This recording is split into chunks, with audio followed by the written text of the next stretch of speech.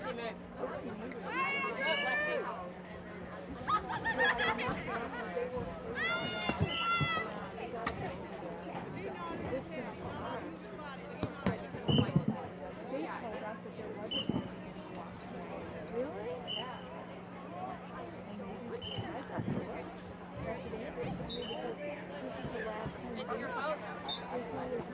Yeah, it's beautiful. It's beautiful. I think the bridges they were afraid. Rainy. Well, we got rain. We got in trouble. All right. And then go catch us. Okay.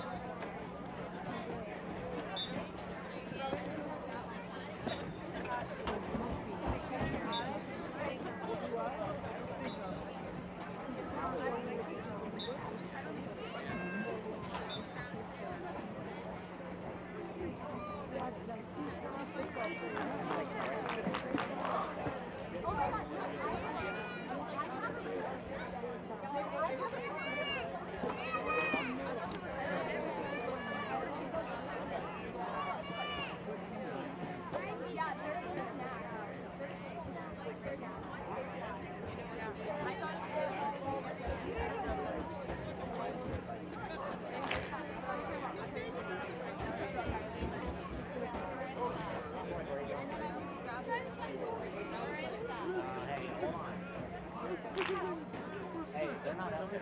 Man, it ain't getting reached. Let me show you where she is. I'll show you where she is.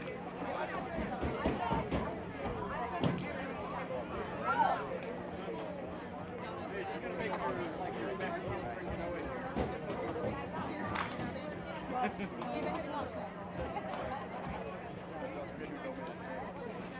Those bugs? Yes. I'm not going. Beautiful. We're parents' night. Parents' weekend. Yeah. I know, exactly right. Hey.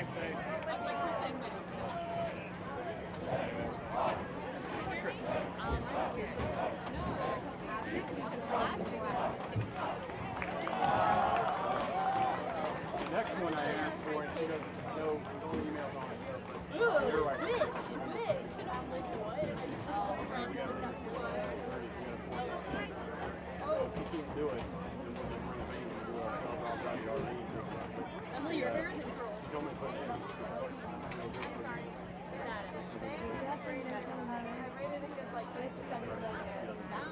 She fixed mine.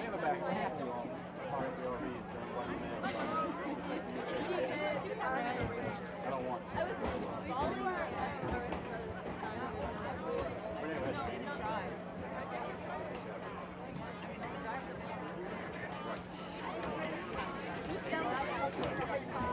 oh, the black one?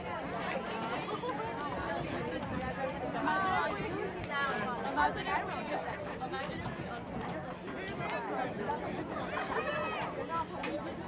like, no, we got things to do.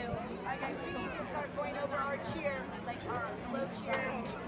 We have to go over the... Hey, Vay.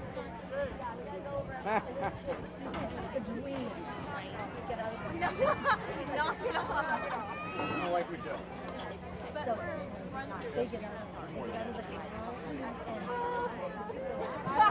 Crying. Oh my God. No.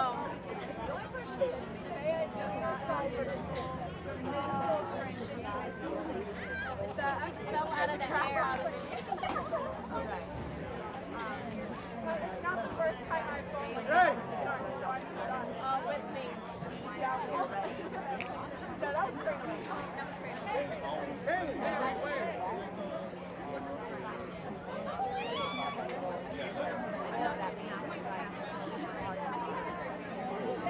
Good evening, ladies and gentlemen, and welcome to Highland High School, home of the Fighting Scots.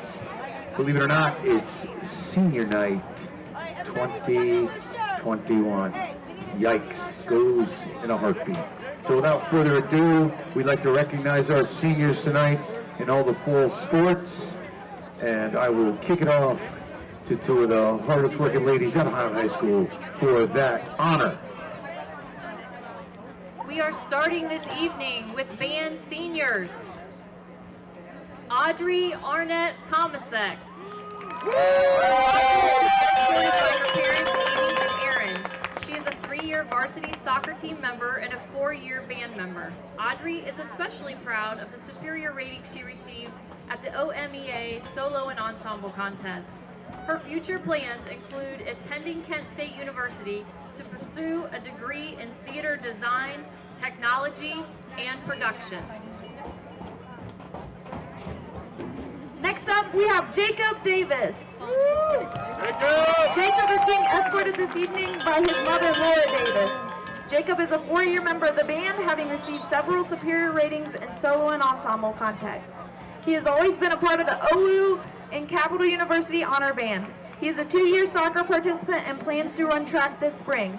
Jacob has participated in theater for 4 years and NJROTC for 4 years. He also served on the yearbook staff. After graduation, Jacob plans to attend film school and be both in front and behind the camera as an actor and director. Ladies and gentlemen, Jacob Davis. Woo! Jacob! Next up, we have Linnea Kirk. Linnea Mackenzie Kirk is escorted tonight by Gage Frazier. Linnea has participated in the marching band and received a varsity letter for pep band. She attended solo and ensemble contests and received a rating of excellent. Future plans for Linnea include attending a 4-year college to study radiology and volunteering in her free time. Nice work. Next up, we have Bailey Neild. Bailey is the daughter of Michelle and Stephen Neild. Bailey has played the trombone in the marching band for 4 years. She is also a member of the FFA. Bailey's future plans include college to become a vet technician and get her technician license. Ladies and gentlemen, Bailey Neild.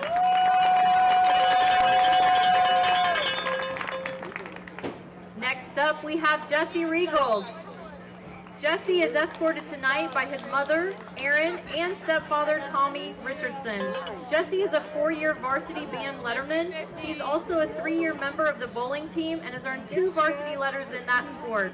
Jesse is a KMAC second team all-conference bowler and qualified for districts his junior year. Jesse says that once I graduate, I either want to apply to the United States Air Force or go to college. I haven't decided on a school, but I want to major in either engineering or music education. Congratulations, Jesse. Next up, we have Ryan Ryder. Escorting Ryan tonight are her grandparents, Janetta and David Moody. Ryan is a 4-year varsity band member. Off the field, Ryan has had her artwork displayed at the Ohio House of Representatives Student Art Exhibition and been a community band member at the Mount Vernon Church of Christ.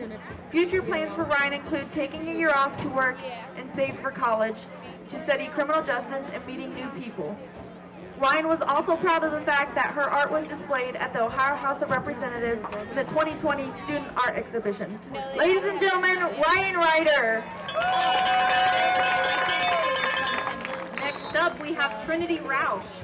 Trinity's mother, Rachel Hayes, and her grandmother, Cookie Hornsby, who we know and love here, are her escorts this evening. Trinity is a 4-year member of the marching band and a 2-year pep band member. She's also earned her academic letter. Trinity plans to attend college to study forensic science. Trinity says other future plans include to get my braces off by the end of this year. Let's hope that happens. Next up, Morgan Wissinger. Morgan is the daughter of Barbara Garner. Morgan is a 4-year color guard member and a 3-year color guard leader. She earned 4 varsity letters while participating on the team. Off the field, Morgan is a 2-year National Honor Society member and a 4-year honor roll student. She has served on the student council and is a 2-year member of the art club. Morgan's art has been displayed in the Lower North Gallery for 3 years. Morgan's plans to attend the University of Findlay to study veterinary medicine. Future plans include becoming a color guard instructor and a Japanese-English voice actor. Ladies and gentlemen, Morgan Wissinger.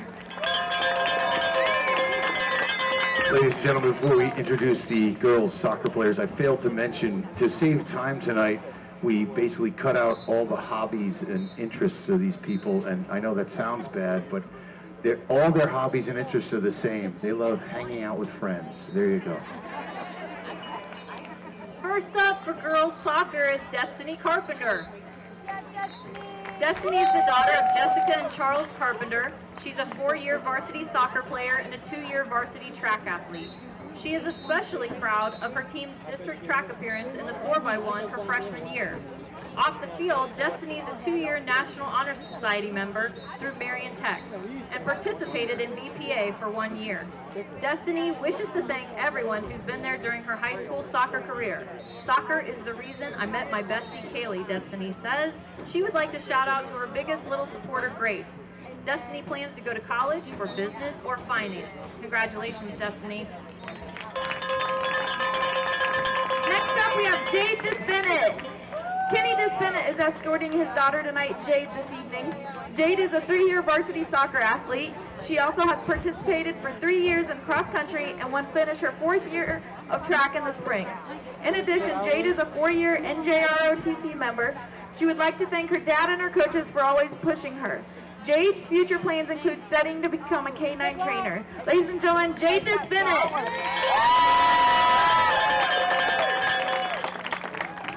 Next up is Jacinta Eblin. James and Kristen Eblin are escorting their daughter Jacinta tonight. She has played on the varsity soccer team for 2 years, played basketball for 4, 2 on the varsity squad, and played 2 years of volleyball. She's also an 8-year 4-H member, and 2 of Jacinta's favorite things are watching her boyfriend Gavin play football on Friday nights and hanging with her friends.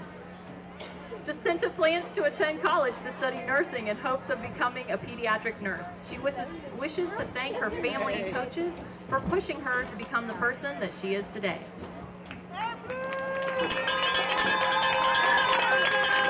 Next up, we have Kaylee Evans. Kaylee is the daughter of Sarah and Stephen Evans. Kaylee is a 3-year varsity soccer player. In addition, she participated in BPA. Kaylee would like to thank her parents for always supporting her coaches for always pushing her to be her best, and her teammates for helping her to find the love for the sport again and picking her up on her worst days. Kaylee says, "I'll always think of you as family. Love you guys." Kaylee plans to attend Bowling Green University and major in psychology and counseling. Ladies and gentlemen, Kaylee Evans.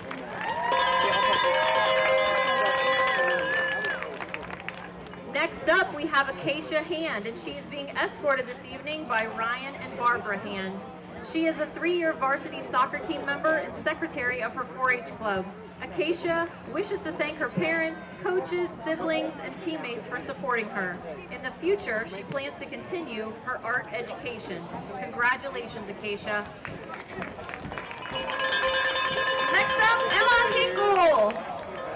Emma is the daughter of Robin and Jeremy Hinkle. Emma has been a member of the varsity soccer team for 4 years and received 3rd team all-district honors last year. She is also a 2-year varsity cheerleader and varsity track athlete. Off the field, Emma is a member of the Highland FFA.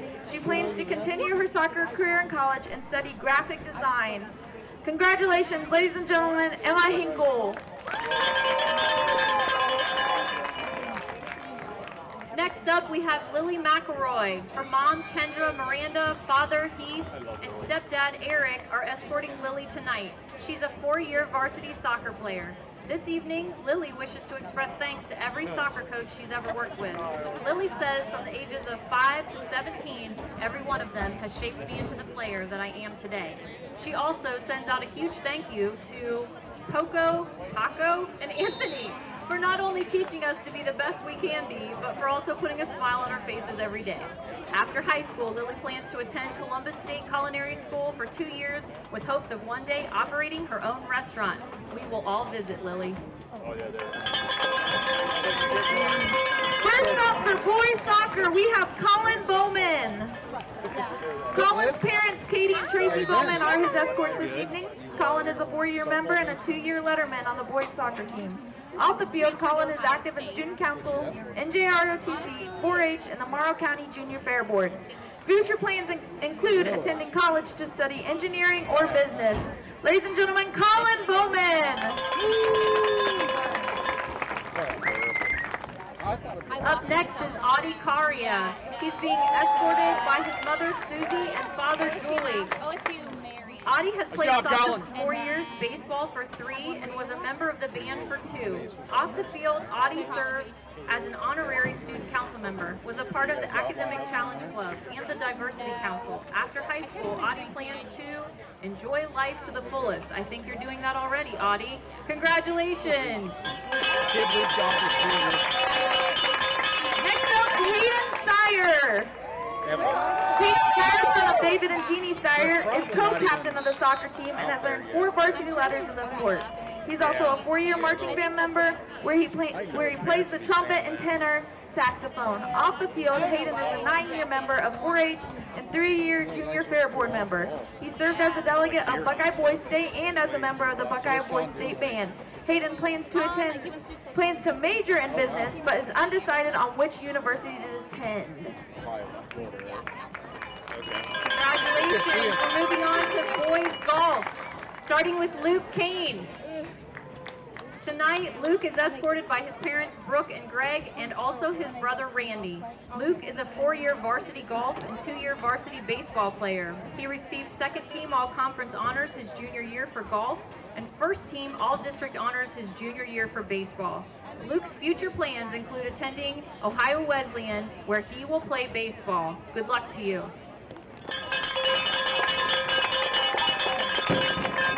Next up, we have Garrett Fitzpatrick. Son of Nikki and Brian Fitzpatrick, Garrett is a 4-year golf team member earning 2 varsity letters. He plans to play his 4th season of basketball this winter and add another varsity award. Garrett was on the first golf team at Highland to make an appearance at district. Garrett is an active member of Student Council, robotics for 3 years, and the National Honor Society. Garrett plans to attend the Ohio State University to study education. Congratulations, Garrett Fitzpatrick. In girls golf, we have Ellen Michaela. Ellen is escorted by her parents Doug and Em tonight. Ellen is a first-year varsity letter earner in golf and has participated in marching band for 3 years and pep band for 2. Other interests include snowboarding with friends. Ellen plans to join the Air Force Academy in Colorado and study psychology. Congratulations, Ellen.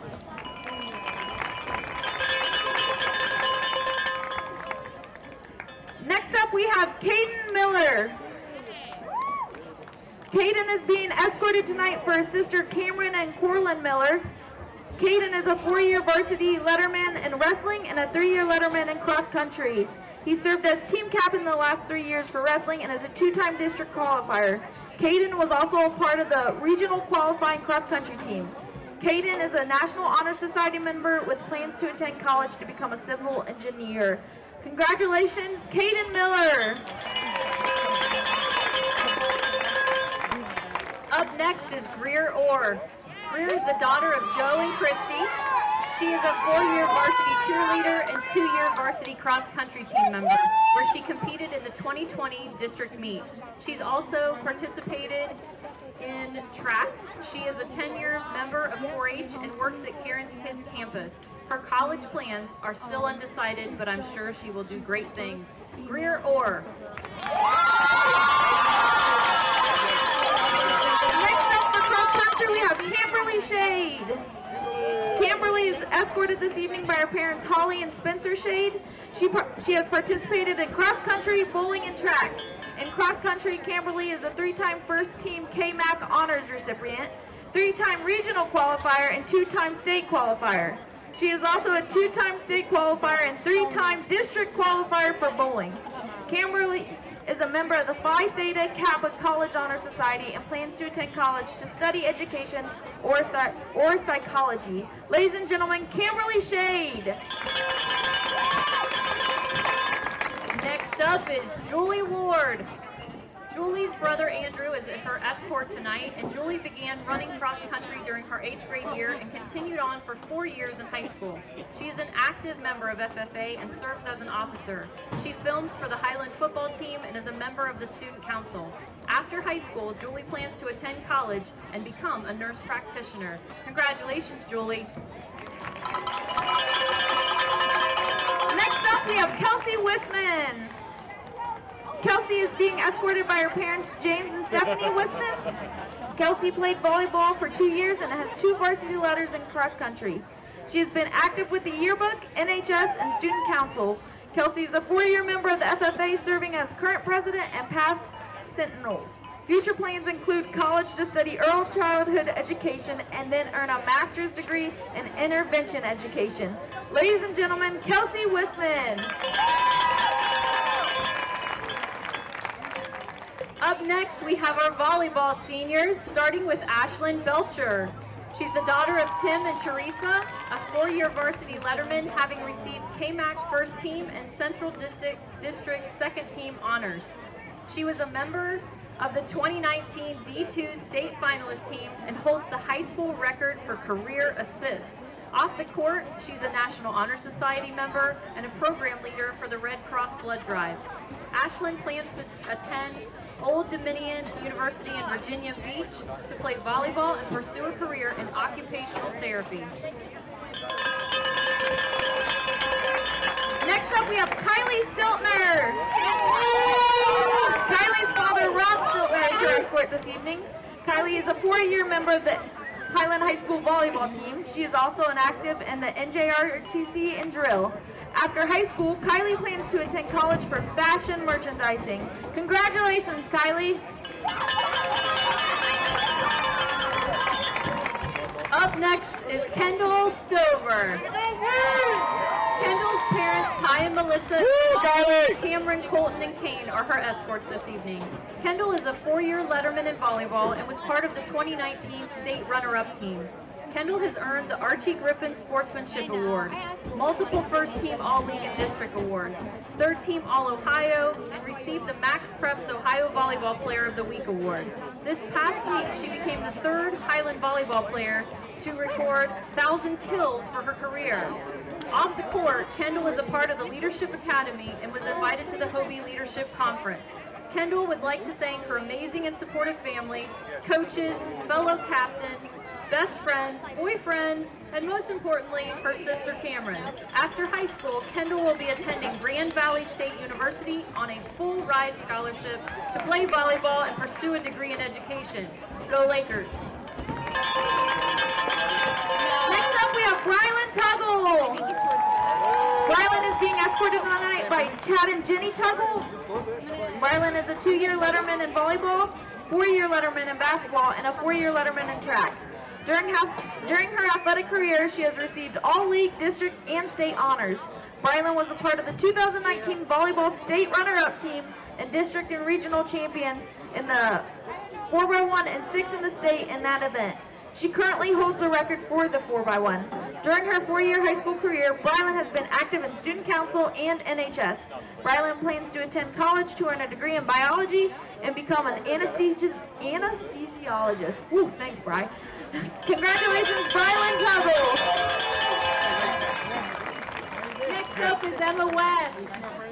Aaron and Jenny are escorting their daughter Emma tonight. Emma has played 4 years of volleyball, earning 3 varsity letters, 4 years of basketball, earning 3 varsity letters, and 4 years of softball, earning 2 varsity letters. Emma is an all-conference honorable mention in volleyball and first-team all-district, second-team all-conference, third-team selection in Division II, and all-area honors special mention in basketball. Off the court, Emma is active in student council and National Honor Society. Emma's future plan includes obtaining a degree in pediatric nursing. Congratulations, Emma. First up for Highland football, Kyle Kenny Anderson. Kyle is escorted tonight by his parents, Sarah and Gary Anderson. Kyle is a 4-year member of the football team and a 4-year member of the FFA. After high school, Kyle plans to pursue a career in HVAC or welding. Ladies and gentlemen, Kyle Anderson.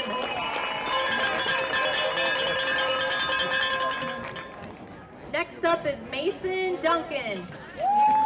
Mason's parents, Jody and Scott, are his escorts tonight. Mason is a 4-year football and track athlete. His accomplishments include first-team all-conference honors in the 4x4 relay and an appearance at regionals in the same event.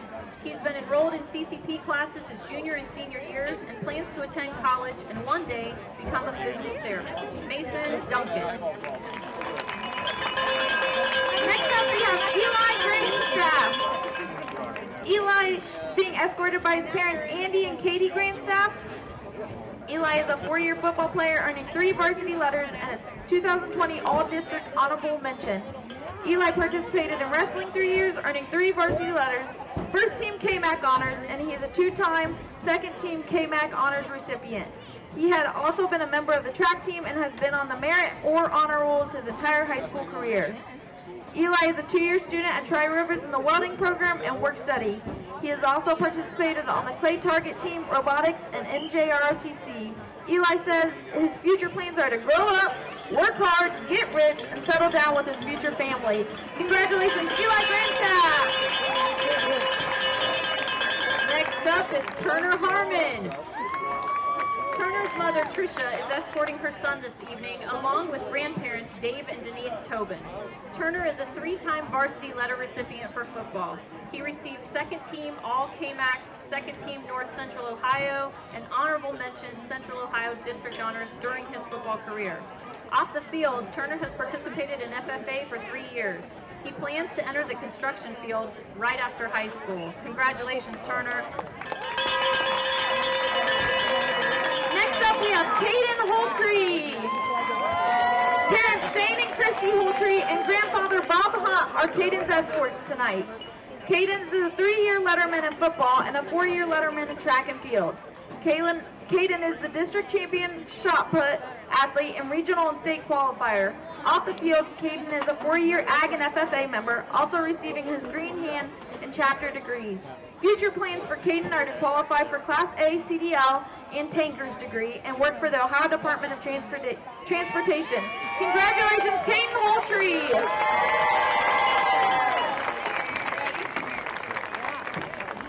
Next up is John Jensen. He's escorted tonight by his parents, Andrea and John. During his high school years, John has earned 3 letters in football and 3 in baseball. In addition to being named All-District for his football achievements, he's been a member of the Student Council, National Honor Society, and Spanish Club. John plans to attend college and major in psychology. Congratulations, John. Next we have Cody Matthews. Cody's son, Angie Matthews, are escorting him tonight. Cody has been a 4-year letterman in football and a 3-year letterman in wrestling. Cody has received all district, first team, second team, and honorable mention KMAC honors throughout his football career. In wrestling, Cody has received all conference honors each year. He's a 3-time district qualifier and was a 2020 state placer where he was fortunate to win those honors in his home gym at Highland High School. Cody is also an active member of FFA and the Sparta United Methodist Church. Cody's future career plan is to work in the skilled trade as an electrician. Ladies and gentlemen, Cody Matthews. Next up is Jay Melchiori. Jay's mom, Ashley, and stepdad, Brady, are Jay's escorts this evening. Jay is a member of the football team, playing 4 years and earning varsity letters too. He's also a member of the track team, earning 3 varsity letters during his 4 years participating. Off the field, Jay is part of the Leadership Academy. Jay would like to thank his mom, family, and girlfriend for their support. He's not declared a major, but plans to attend college in Florida. We may all come and visit you, Jay. Congratulations. Next up, Cooper Merkling. Good job, Jay. Angie and Jason Merkling are escorting their son Cooper tonight. Cooper is a 4-year letter earner in football and baseball and a 3-year member of the basketball team. He was part of the district champion baseball team. Cooper earned his academic letter and was also a merit and honor roll student. Cooper enjoys hanging out with family and friends, hunting, and playing travel baseball. Cooper's future plans are to go to college and continue his baseball career. His major is undecided. Ladies and gentlemen, Cooper Merkling.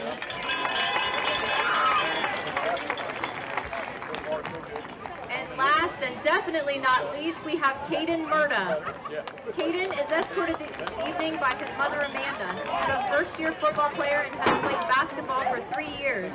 Caden says, "I love bringing it at the volleyball games and giving back to the community with the football and basketball teams." Caden plans to one day be a stockbroker or a financial advisor and care for his family. Congratulations, Caden.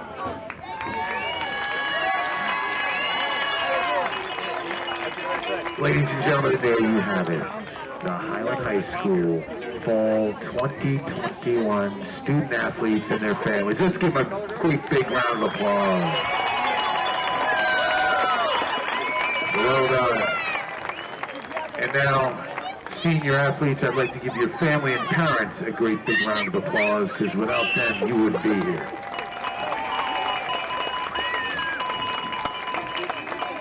Nice work.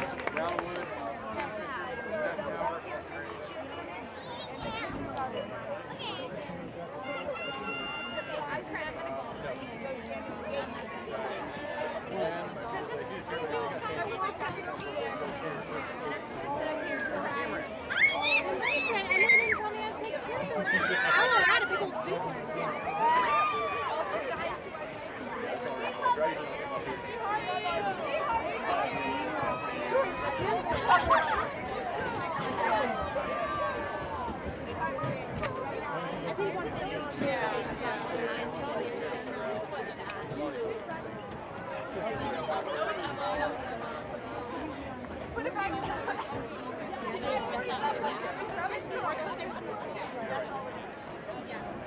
I think that looks good. Here. All right,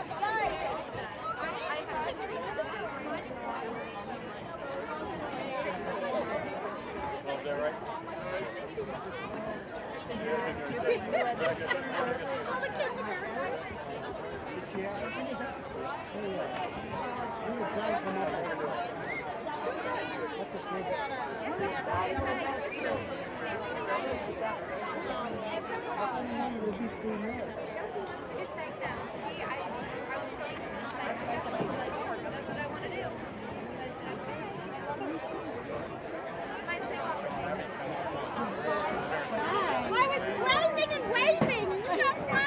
Flowers everywhere.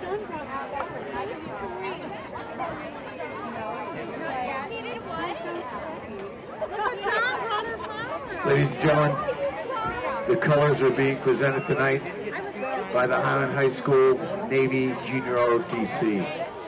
Tonight's members are sophomore Austin Grandstaff, sophomore Jen Fisher, junior Madison Howard, and senior Cadet Commander Brianna Woods. If we would kindly stand, face the center of the field where the flag is guarded, as we honor America with the playing of our national anthem, the Star Spangled Banner.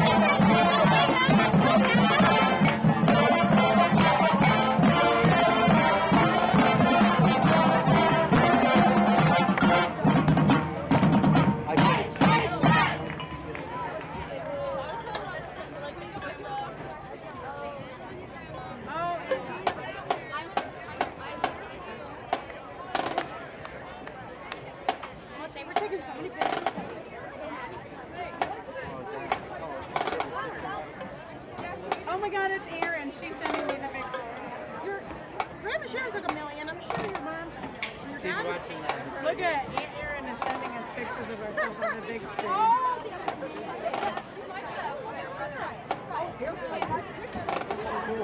She was taking pictures on the phone. I'd like to take this opportunity to thank the Highland Marching Scots for all the work this year in the pregame, every pregame. They have a lot of time to put in. Obviously, they are in a lot of band competitions. I think tomorrow they're in one down in Zanesville, right? No. 2. All right, that's wrong. All right, there you go. So they do a lot of competitions. They even come up in my neighborhood in Rhode Island, Ohio. Cloverleaf High School, home of the Cloverleaf Colts. There we go. All right, but nice work. Ladies and gentlemen, that's what it's all about. Music, the soundtrack of our life. And you get to hear 2 great bands at halftime, of course. As the Cardington Lincoln Marching Pirates Band have well. traveled here to Cardington's Spartan to looking take good, on sounding good. the red-hot Highland Fighting Scots. Hello, I'm Keith Kokinda on behalf of our crew, Travis Reed and Skylar Kokinda. Thanks for joining us for Week 8. Promises to be a pleasant night, a bit warm again, 72 degrees here as we approach kickoff. The forecast is calling for a possibility of some rain and even possibly of thunderstorms, that courtesy of Meredith Garfolo at Weather Nation. Only a 25% chance through the projected end of the game at about somewhere between 9 and 10 p.m. So hopefully the lightning at least will stay away. The rain is okay. The lightning is what can delay the game. Cardington come in having struggled this season, 1-5 on the year. They have not won since August 27th when they beat the Elgin Comets. They've had a tough season due to injuries, the restrictions in place. In fact, Todd Breininger was telling me they've yet to have a practice this season where the entire squad was available to practice. Like the restrictions forced them to cancel their game with East Knox a couple of weeks ago. They're coming off a 46-16 loss at Danville, a team that Highland has already beaten this season. And it's one of those cases where the old saying of figures lie and lies figures certainly comes into play. Cardington ran 77 plays compared to Danville's 34. Almost the same amount of total yards, 309 for the Pirates, 350 for Danville. And almost twice as much time of possession, over 30 minutes the Pirates had the ball. Yet the Blue Devils broke it open early, scoring 3 touchdowns in the first quarter and never looked back from that point. Cardington do have some offensive firepower. Nate Hickman, their senior quarterback and also a linebacker on defense, leads the way. If you saw my live Twitter preview earlier, Hickman has over 1,000 yards of total offense, both passing and rushing. And he had an excellent game last year when these two teams opened the 2020 season up at Cardington. Helping him out are the Plowman brothers, Aiden and Ashton, both juniors. In fact, this team only has 8 seniors in the squad and only a few senior starters on both sides of the ball. And another one of those young, inexperienced teams that Highland have faced quite often this year.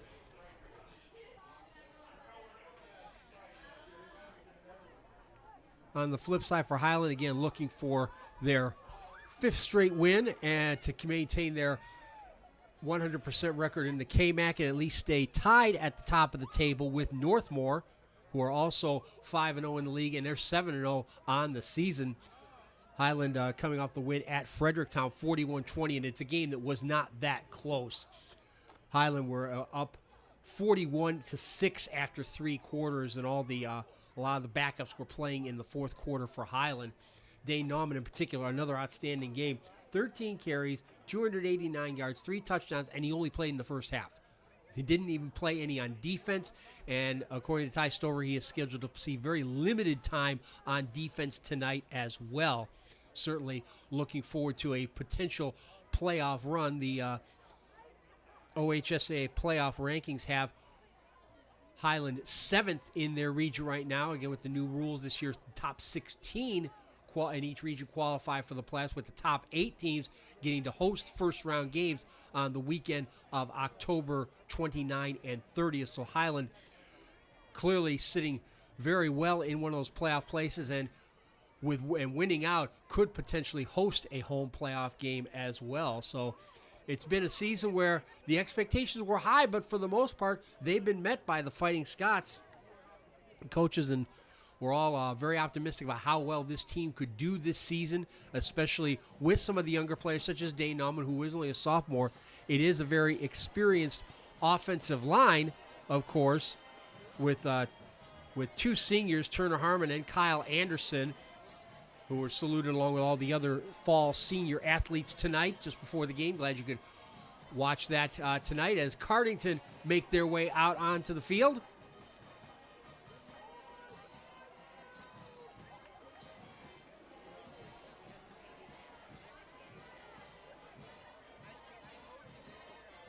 A slightly familiar fight song, I think.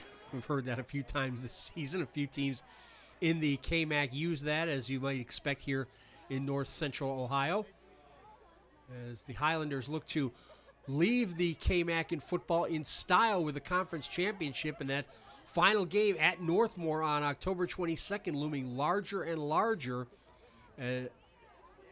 with both teams sporting perfect records in league play. That could be huge, as well as a matchup of the area's top two running backs, Nauman, as well as Max Lauer of Northmore, who's had an outstanding season as well. And here come the Highland Fighting Scots.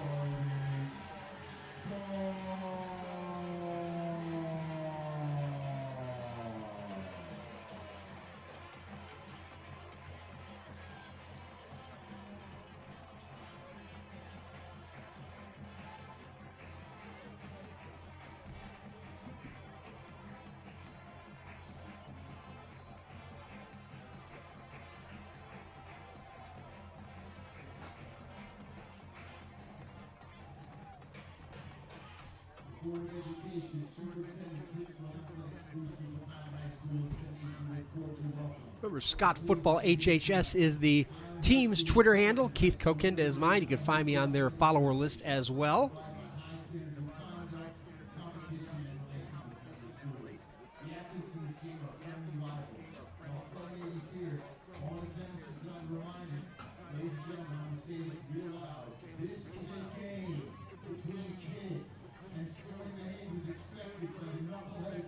Cardington have been competitive in a number of their games. They lost to Northmore only 21-14.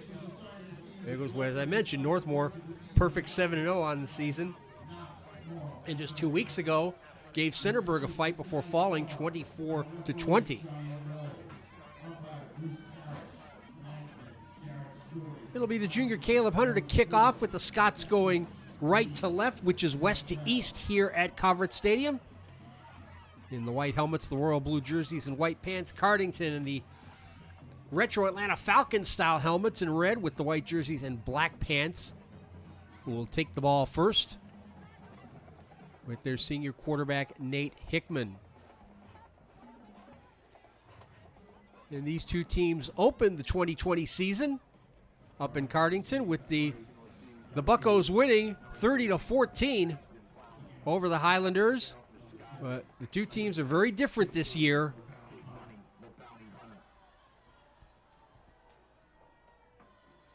And Caleb Hunter ready to send it away.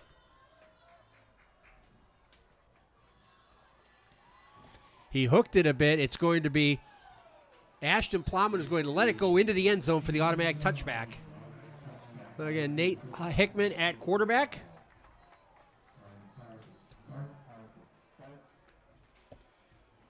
Hickman wears number 8. He's a senior. He's a good-sized kid, too, 6'3", 215. And he had a big game last year against Highland. 23 of 35 for 284 yards and 4 touchdown passes. And this is a team like Mike Leach up at Washington State likes to spread the ball around to a lot of different players, especially the running backs. As we see, they'll immediately go empty the backfield and go 5 wide to start the game.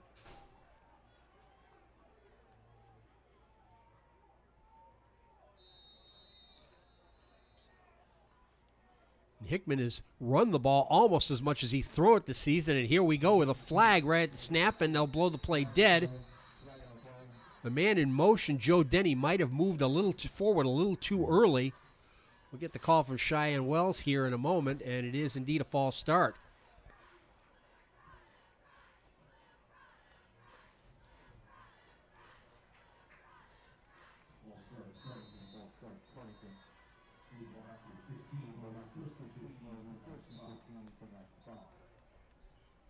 Pirates were penalized 9 times last week against Danville. And not a good start here to begin the game. Austin Henthorne, one of the wide receivers, he's number 15. He'll go out all the way to the top right corner of your screen with Aiden Plowman inside of him, the number 1. Joe Denny switches over here to the slot on this side with Ashton Plowman, number 2, outside of him, and then Eli Huffman, the wide man, out of your picture.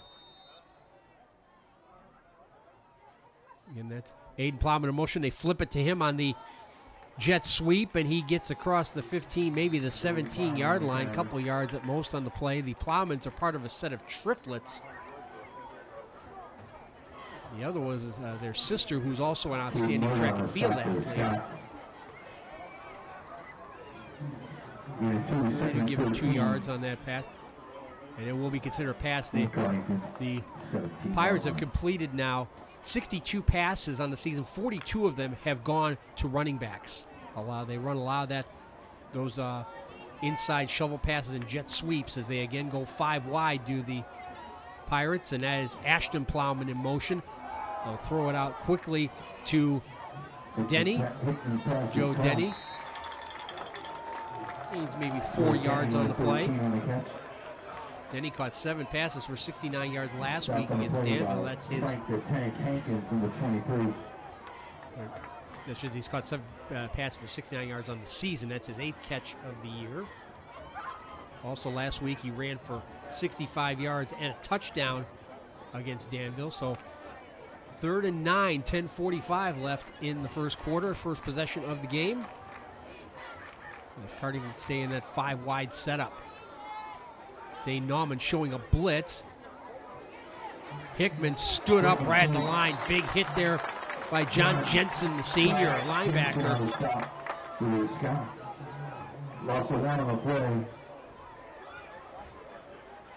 On 4th down, Hickman does his own punting.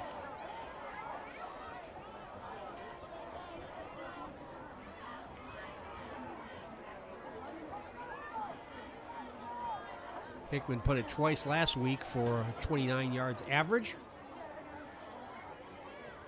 Now he's looking to fake. He's on the run, looking for somebody to throw to. He's got one of the Plowmans who has it for a first down. Aiden Plowman with the catch. He gets out the 35-yard line. So the Buccos decide to roll the dice a little bit, and 1-5. Why not? The first down of the game puts the Pirates at the Highland 36. Offensive line for Cardington Lincoln. Again, all underclassmen. 51, Josh Baker. 57, Logan Fridley. 53, Zane Everly, who is the center. 84, Dylan Minturn. And Colin McAvoy, number 50. McAvoy, Minturn, and Baker are juniors. Fridley and Everly are sophomores. Now they'll put a running back in the backfield. The throw out there is complete to Austin Henthorne. He fumbled the ball, but it's covered up by Cardington, it looks like. Ashton Plowman got on the ball. Fumble on the play. Ashton Plowman, number 2, in the recovery. Still a gain of 5, though.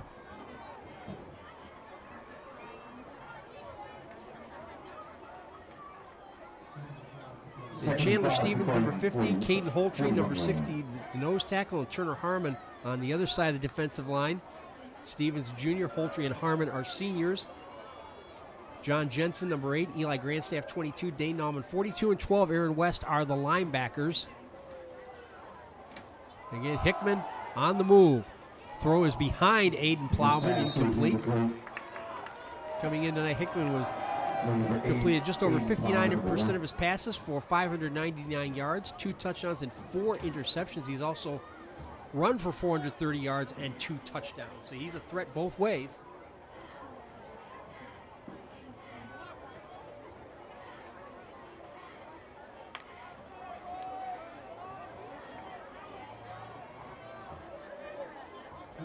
Third and 5 with 9 minutes to go.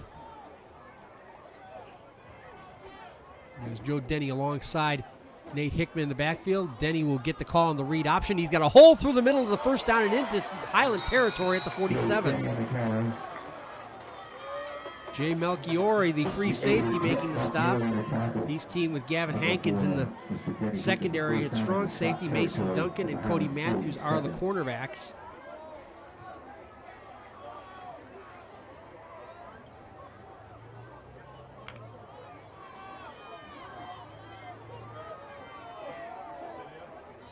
4 wide with 3 down here on the wide side of the field at the bottom of your screen. Again, Denny still almost behind Hickman in that pistol formation. He's on the run again. He gets some pass rush pressure. Now he gets away from Holtry, able to make it to the far side, get a first down at about the 31-yard line. Dane Nauman chased him out of bounds there. A little improvisation from Nate Hickman. First down, Cardington just got 31. Kalen Briggs, a freshman wide receiver, checking in for the first time. And he'll stay out there at the top of your screen alone as they go 3 wide. Aiden and Ashton Plowman with Austin Henthorn to the outside. And still Denny alongside Hickman. Denny on the read option gets stood up at the line. Tries to spin out of it. Finally fights forward. Got about 3 yards, it looks like. Aaron West in on that tackle along with Caden Murta, another senior.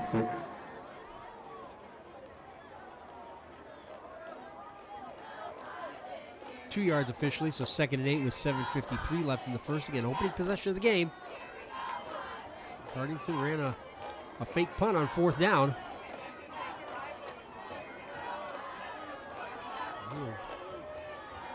They were 4 for 11 on 4th downs. Here's an end around for Aiden Plowman, but he's brought down. John Jensen brings him down back at the 35-yard line.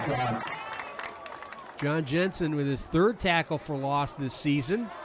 He also has one of the team's 4 interceptions. 3rd and 14 now facing the Pirates.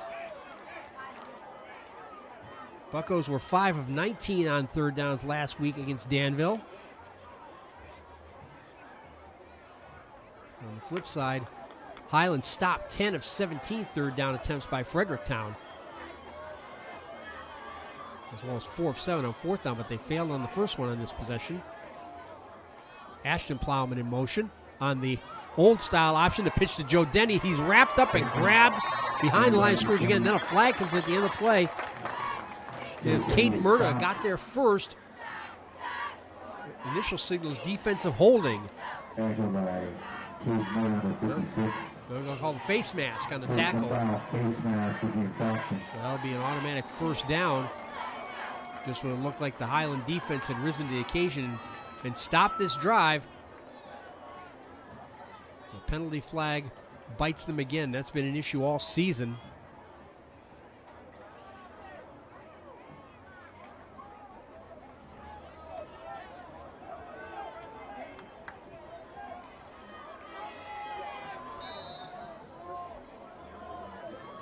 Scots have averaged over 10 penalties a game, 81 on the season. That's 82.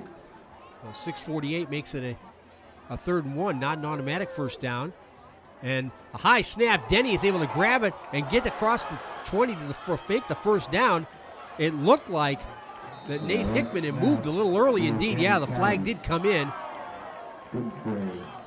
No, it didn't. I thought I saw the flag. I didn't. They were just signaling for the stoppage of the clock for the first down. So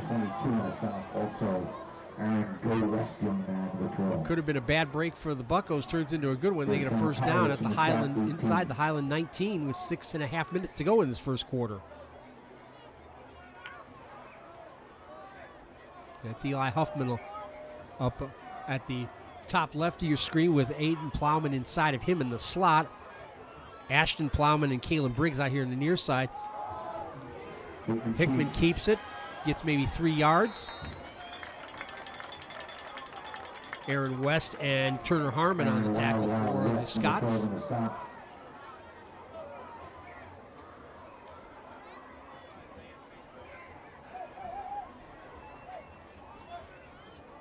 Hickman was 19 of 38 for 203 yards and a touchdown last week against Danville.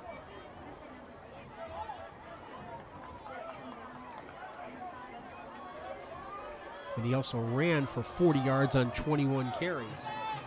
2nd and 7. The pistol formation again. Hickman on the move again, being chased from behind. Now has to tuck it away run, and he's got some room across the way. Gets a block from Colin McEvoy and goes in for the touchdown.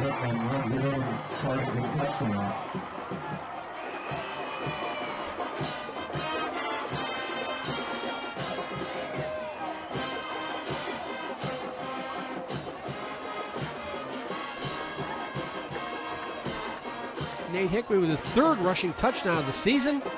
And Cardington strike first.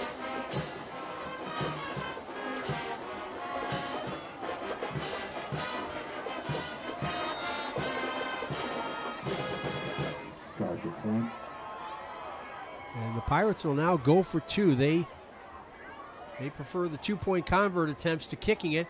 Hickman will try it himself. Gets forward to the goal line. Big push. And he's in. So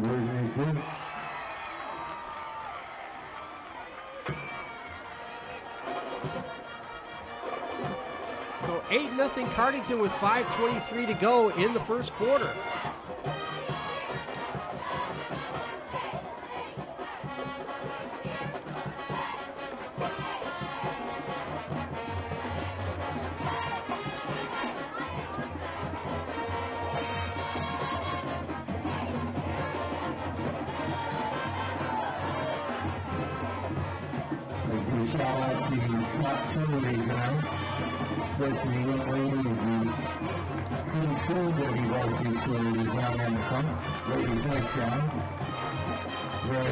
So that drive ends up going 85 yards after the opening penalty.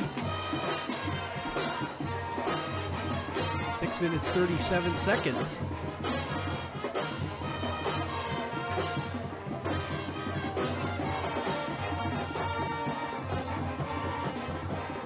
Jay Melchiori and Cody Matthews back to receive the kick. Actually, it's going to be Melchiori by himself.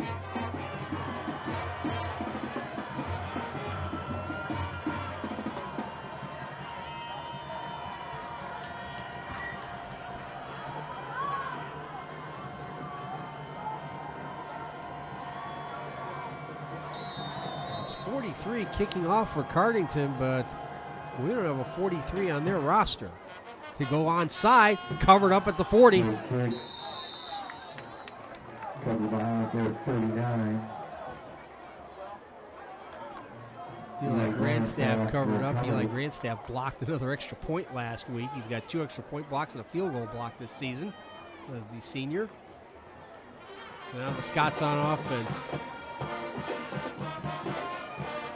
Left to right on the offensive line will be Kyle Anderson, 74, Turner Harmon, 54, Ethan Taylor, 79 at center, Layden Hayes, the right guard, 75, and Landon Pettigo, the right tackle, number 51. Harmon and Anderson on the left side, both seniors. And Cooper Merkling, the senior, running the show. Give it right away to Cody Matthews, who gains about a yard. Matthews, another one of the seniors honored tonight, was a state wrestling qualifier back in the winter and had home mat advantage as the Division II state wrestling tournament was held here at Highland High School. Matthews cut his average a little bit, averaging 3.4 yards a carry coming in as Gavin DeBoard brings in the next play from Ty Stover. And again, Matthews and Nauman flanking Merkling with DeBoard the lone wide out here on this side. And here comes Dane Nauman, the Dane train. Gets the corner, gets into midfield, and he's going to take it the distance on the sideline for a Highland touchdown. 59 yards, he's done it again.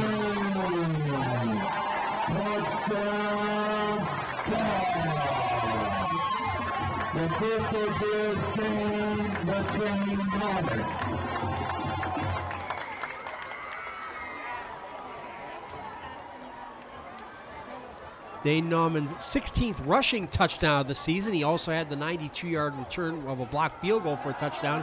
His 9th touchdown of 50-plus yards this season. And that'll help the 10.7 yards per carry average. John Jensen to snap it. Zach Schmidt to hold it. Caleb Hunter to kick it. He's 25 of 26 on extra points. Make that 26 of 27 as the Highlanders pull within one of the Buccos at 8-7.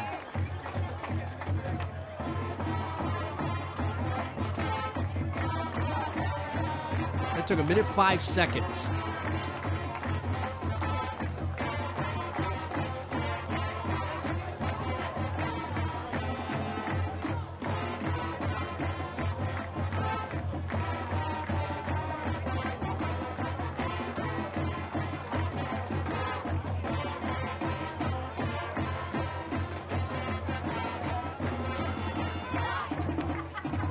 Pirates gave up only 138 yards rushing last week to Danville, but the Blue Devils averaged 6.3 a carry.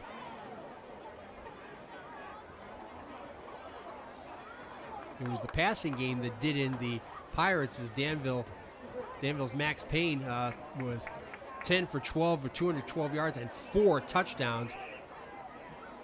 They're also big on third down conversions. The Blue Devils converted 4 of 5 third downs. County Hunter to kick it for the Scouts.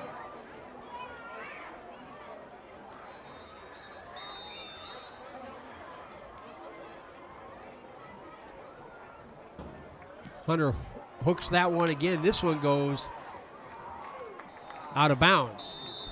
The kick is out of bounds. Tennessee flag. So the draw didn't work this time for Caleb Hunter. It'll give the Pirates some good field position to start their second possession, up a point. Cardington will put the ball until first and 10 at their own 35. We thank the Morrow County Emergency Services down in the southwest end zone, off the southwest end zone. Thank you for your service to our community. Thanks for coming tonight. And as always, we hope we will not require your services here tonight.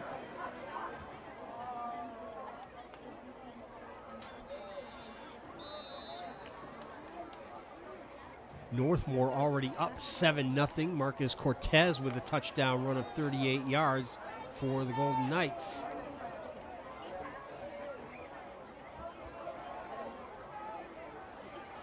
Again, Cardington go 5 wide with Ashton Plowman in motion. They'll throw instead to Joe Denny. Denny gets maybe a yard.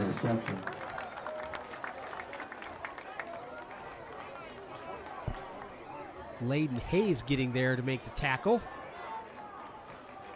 You see Cardington like to spread the field out and use all that width. The principal, the late great Sid Gilman, liked to use a lot with his real West Coast offense back in the 60s with the San Diego Chargers. Again, 3 wide out here on the near side. The wide man is Kalen Briggs, the freshman, who caught 4 passes over 170 yards last week against Danville. Hickman keeps it off the read option. He'll get about 5 yards before being chased out of bounds. Mason Duncan, another senior, that got there first.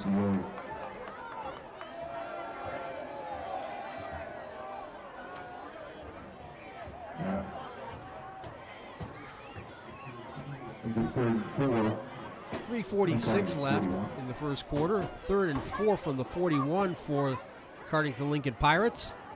I'm Keith Kokinda. Glad you joined us here on Above the Light Productions. Travis Reese and Skylar Kokinda, the rest of our technical crew. 2 wide to either side. Joe Denny in the pistol formation behind Nate Hickman. Hickman throws complete to Aiden Plowman across the 50 to the 46. First down, Pirates. Aiden Plowman has made receptions. He has carries. This is a running back. He's caught now 20 passes on the season, and 19 rushes on the season as well. He caught 4 for 10 yards last week against the Blue Devils. Another first down, though, for the Buccos into Highland territory again.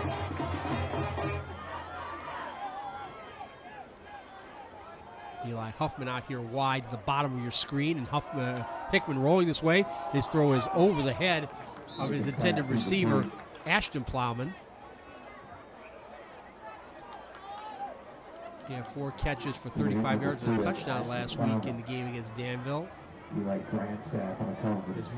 His first touchdown of the season has more, even though he's a running back, listed as a running back anyway. I say listed because as you see the Plowmans are lining up as wideouts most of the time.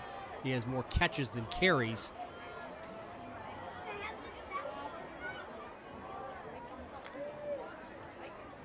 .330 to go.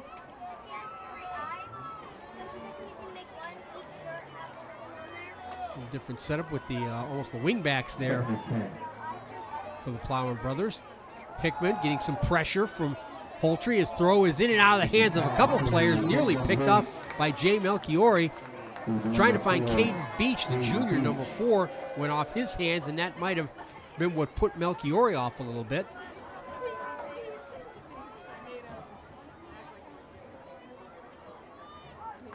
And either way, it's a 3rd and 10 now facing the Pirates.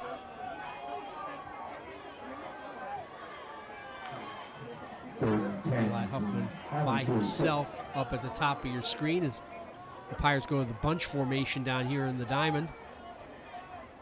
The pitch is to Denny, and Denny is brought down at the 44-yard line. Gavin Hankins coming up from the strong safety position to make that tackle. Gain of 2, so it's 4th and 8.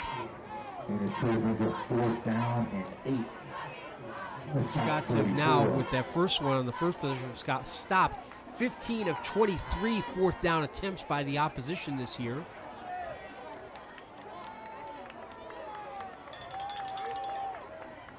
Cardington were 4 of 11 on 4th downs last week. Lone wide receiver is Kalen Briggs up at the top of your screen. Again, the bunch formation on this side. The pitch and a throwback by Denny is intercepted. John Jensen with his 2nd pick of the year. John Jensen back to his speakers on the pick for the Scott.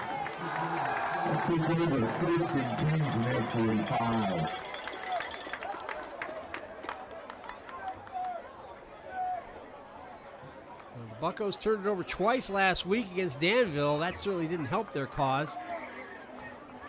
Highland now a +4 in the turnover department. That's their 11th takeaway of the season.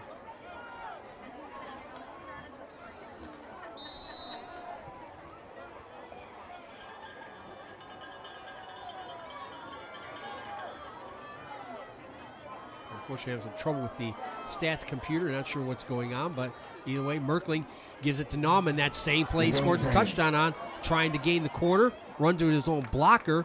Gains about 3 yards.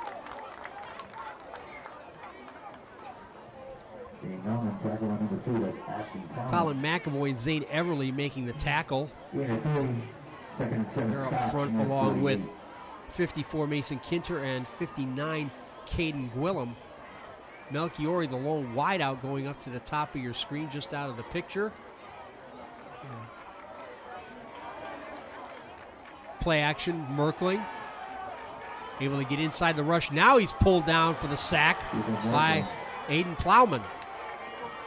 His 2nd sack of the year. Down for 1 yard loss.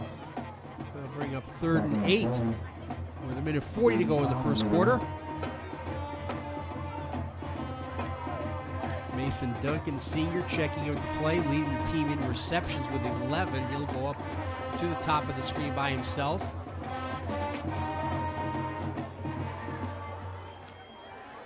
Schaefer and Owen Stillwell, the tight ends. The give is to Nauman on delay. Finds a hole up the middle to the outside. One man to beat. Stiff arms him, and he's going to go the distance for 53 yards and another Highland touchdown.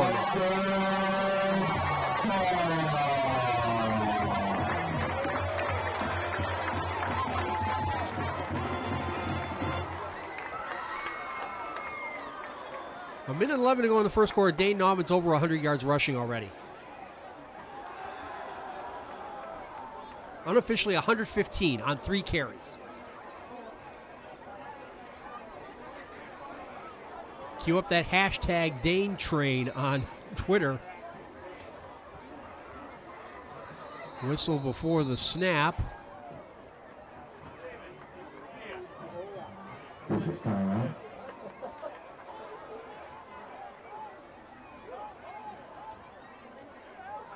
Looks like Zach Schmidt, the holder, has an equipment issue.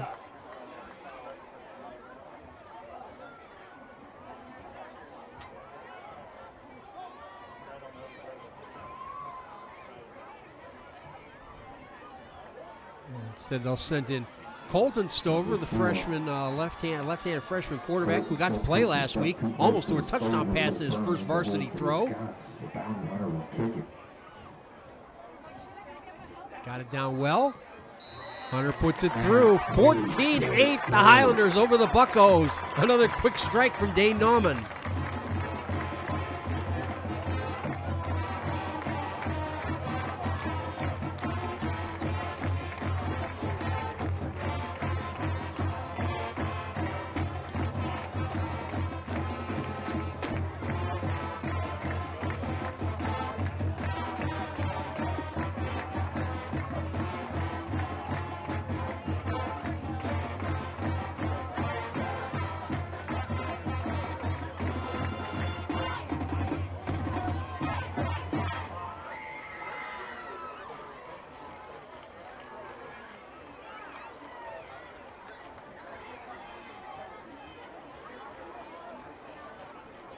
Again, Danville had 138 yards rushing against this Cardington defense last week, and in just 2 possessions, about 5 plays, Highland have almost exceeded that.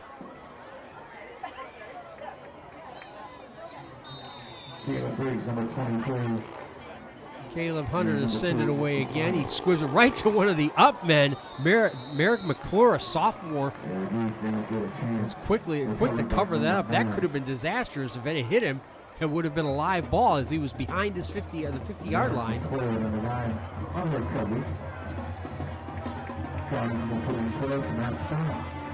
Cardington Lincoln take possession at their 48-yard line. Great starting position, best starting position for the Buccos so far. With the Pirates now facing their first deficit of the night.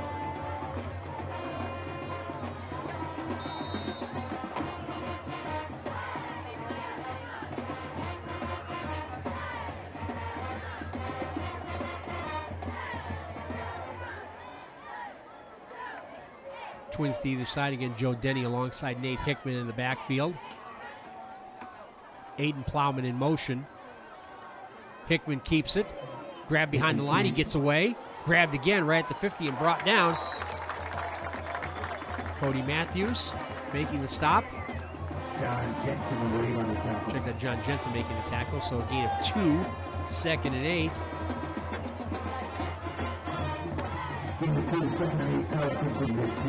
Kyle Anderson comes in to get on the defensive line. He'll play on the left end. Dane Norman still in there at linebacker. There you see the 3 wide, Eli Huffman and the Plowmans in the triangle up there. Austin Henthorne alone down here at the bottom of your screen, and then a whistle as the ball is snapped.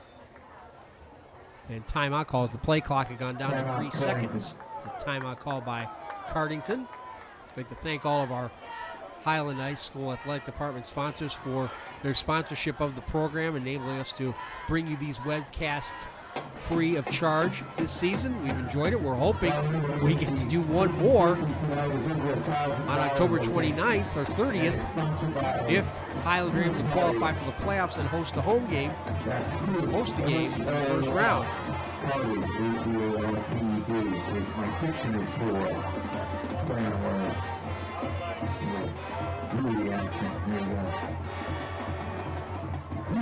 Thank you very much. We're sponsoring the 56.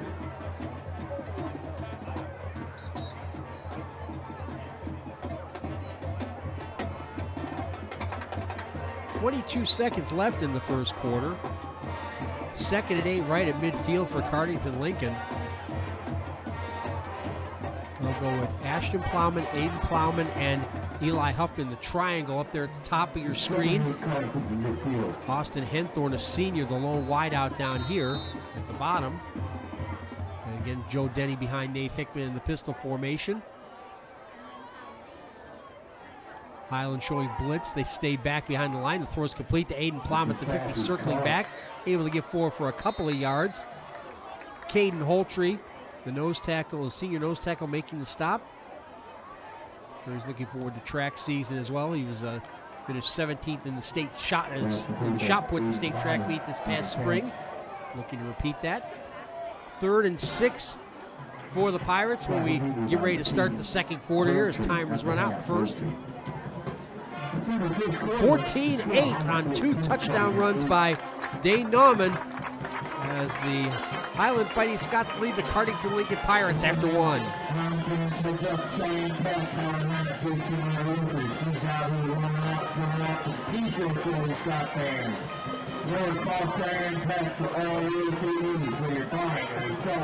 He knows which crazy market's coming in on.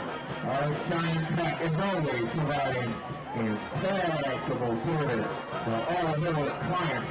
Northmore Golden Knights have doubled their lead. 4:27 left in the first quarter. Andrew Armrose a 24-yard touchdown catch. Northmore now up 14-0.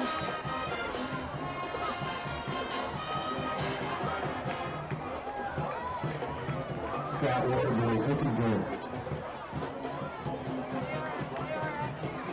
The opportunity to football out as well. Please put the big time to keep players here.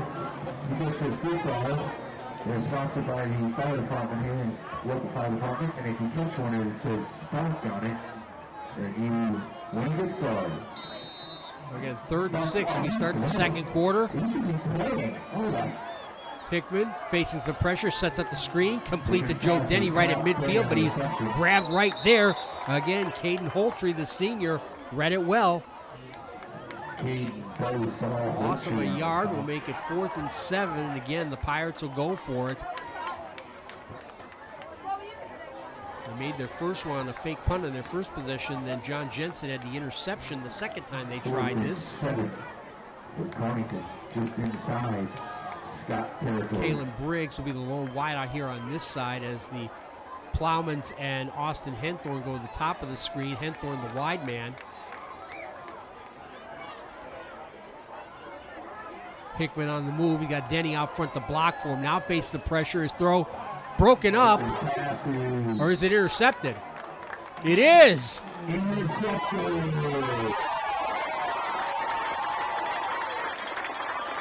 It's Gavin Hankins with the pick. His second of the year. Second takeaway for the Highlanders.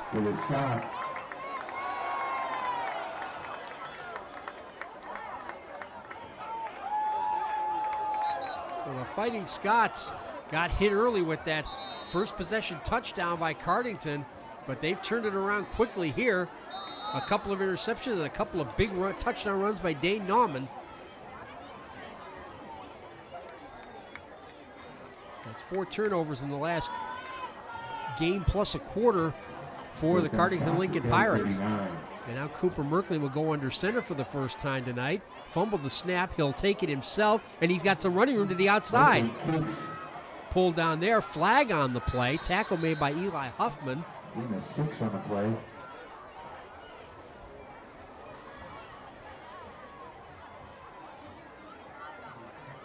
Eli Huffman, number 19 on the stop, flag on the play.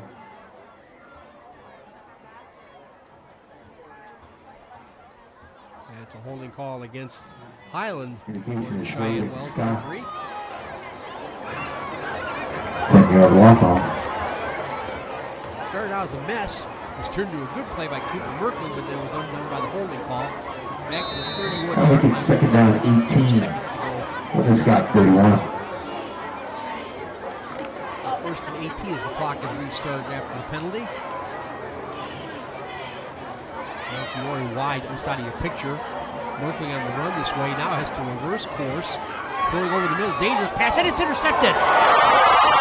Big hit here put on Caleb Briggs, who intercepts it. The freshman safety with the pick and the first takeaway for Cardington tonight.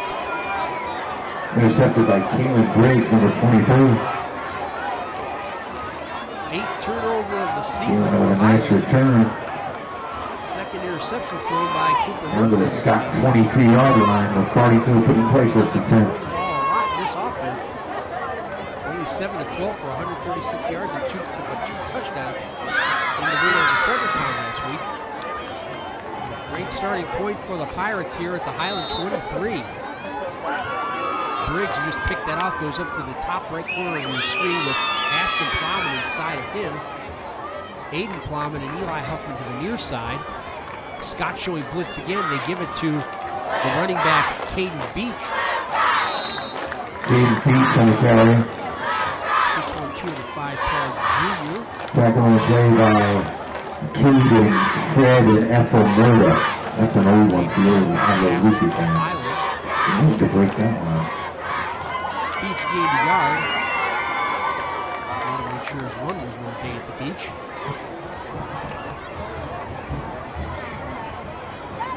Second and 9. Again, that bunch diamond formation with Huffman and the Plowmans on the right side of the formation. Joe Denny back in as the running back. He'll get the call, looking for some room.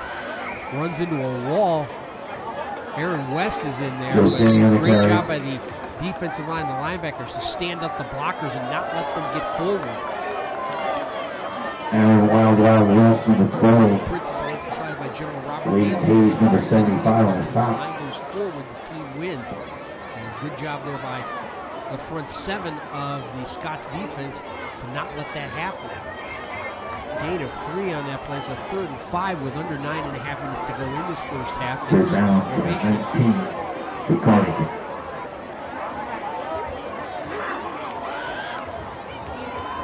On the read option, Hickman keeps it as a hole, gets into the secondary, has a first down inside the 10.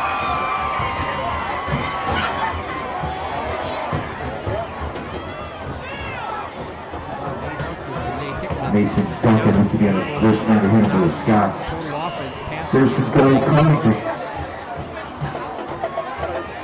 28.5. The Pirates take great advantage of the field position they got from the turnover.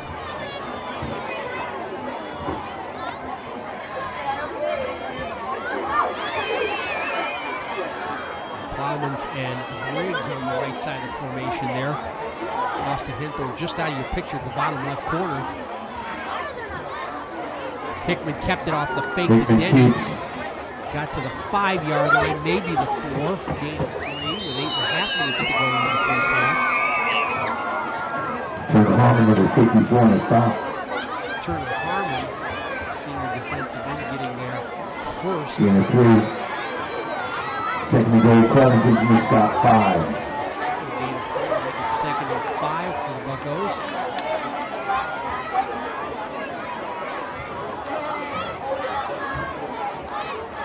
I mentioned at the beginning that Cardington had some offensive firepower, and they've been showing it as they go to the triangle formation with the Plowmans on either side of Hickman and Denny behind him.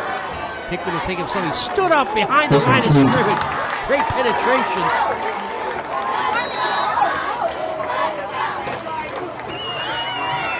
Looked like it was First man to the sack is first, number 54. Turner Merrill Harmon.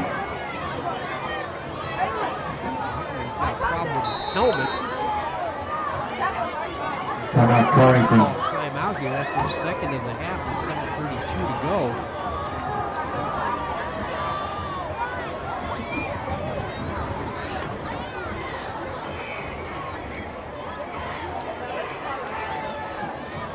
With the 300 yards total. big shout out to Highland, We saw here the volleyball squad. a few weeks ago. The They had volleyballers are taking on had their problems Bishop with Hartley the tomorrow offense, certainly. over the Highland Gym. 9 o'clock, freshman game. JV and varsity to follow. Bump set over the net, ladies, you know how to do it. Also, like to wish the cross country team good luck over at Madison Harding for a race tomorrow. Boys and girls soccer in action tomorrow over here. First State Family Field, girls 10 o'clock, boys at noon, welcoming Johnstown. Ty Stover, the head coach, out there trying to get some confirmation of something from Cheyenne Wells, the referee. 3rd and goal from the 6, a loss of a yard on that last play, courtesy of Turner Harmon, his 3rd tackle for loss this season. They'll stay in that triangle formation with Denny behind Hickman and the Plowmans on either side of him. Hickman fakes the run, now trying to get out of trouble. He can't do it as he stumbled over his own lineman, and there to finish it off again, Turner Harmon, along with Caden Holtree. 7:15 to go in the second quarter, 4th and 6. And Cardington 1 of 3 on 3rd down conversions, the last 2 both resulting in interceptions.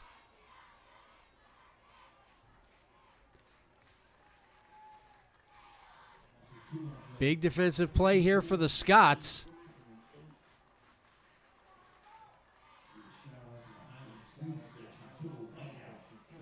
Student section down there just out of your picture doing whiteout tonight. A little surprised didn't do pink out being October. So here we go. Now they spread the formation to the Pirates. Hickman being pressured. His throw is caught and running for a touchdown by Aiden Plowman.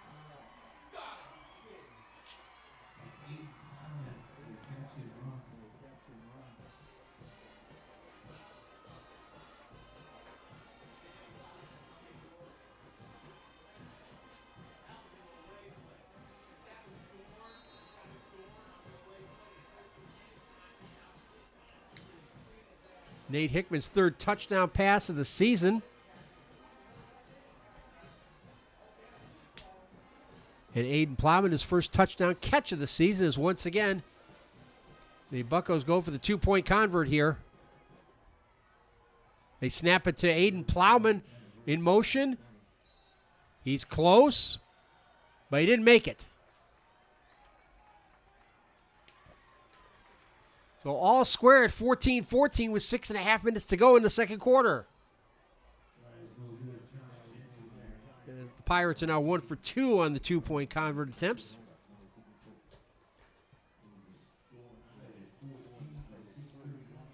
So once again, it'll be up to the offense to respond. They certainly have so far. Thanks to Dane Nauman mostly. Touchdown runs of 59 and 53 yards.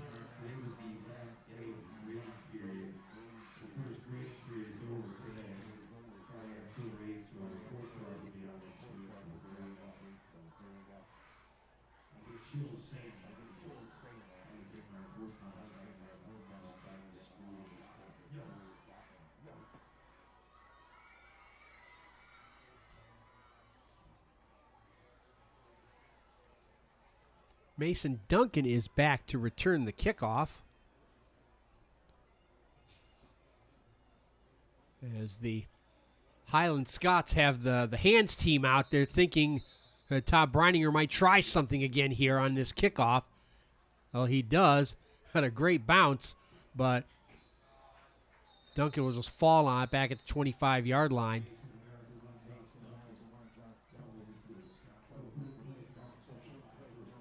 Breininger pulls out all kinds of stops. He's not afraid to try things out there, certainly. The squib kickoffs, going forward on 4th down so much, the 2-point convert attempts.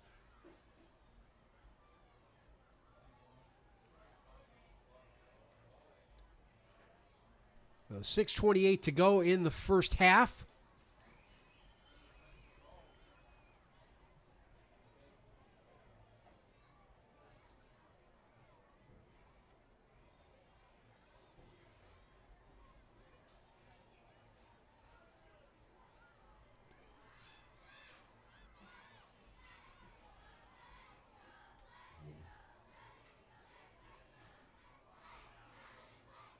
Jay Melchiori, the lone wide out, bottom left of your computer device screen. And again, it's Cody Matthews and Dane Nauman on either side of Cooper Merkling. And it'll be Matthews, the state wrestling qualifier. Finds a hole, gets into the secondary, fights off a couple of tackles, still going and finally brought down in Cardington territory. Ashton Plowman and Nate Hickman making the tackle. But a 26-yard run for Cody Matthews, his longest of the season.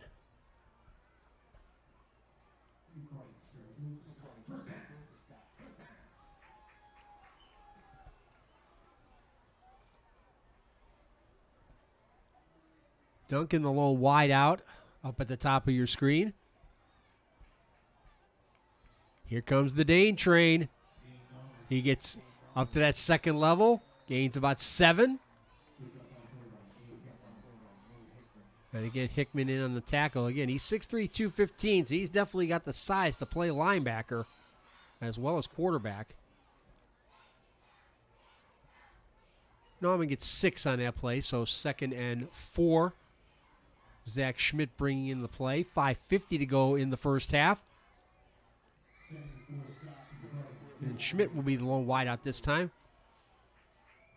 And Schaefer and Stillwell, the tight ends. And again, it's going to be Cody Matthews who gets another first down for the Highlanders. Ashton Plowman making the stop. It's not a good sign when your defensive backs are making stops on the running backs.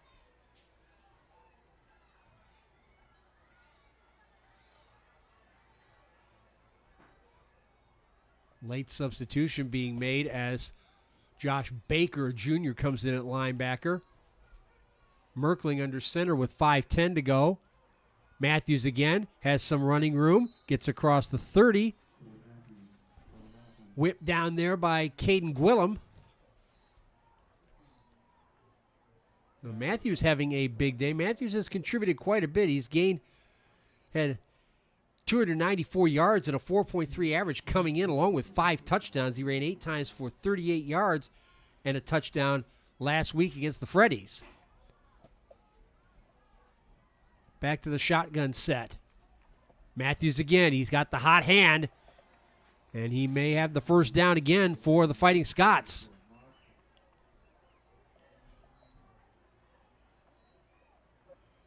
Again, 43 making the tackle. We don't have a 43 on the Cardington roster. Printer error of some sort, I'm guessing. Either way, it is another first down for Highland. 4:25 to go in the first half. Again, Nauman's only carried the ball once on this possession. Low snap. Merkling's going to keep it. Nauman trying to get a block. Merkling able to make positive yardage out of the play. Gain 4, maybe 5, maybe 6 yards with that push at the end.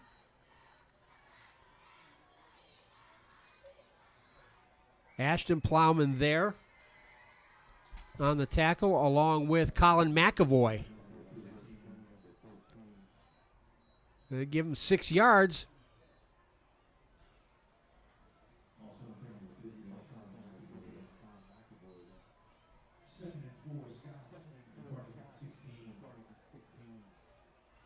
Merkling's only carried 12 times for 11 yards, so he's improved that stat considerably here tonight. Nauman on the delay. Nauman with space. Nauman into the secondary. Nauman trying to get to the goal line. He's close, but I don't think he got in.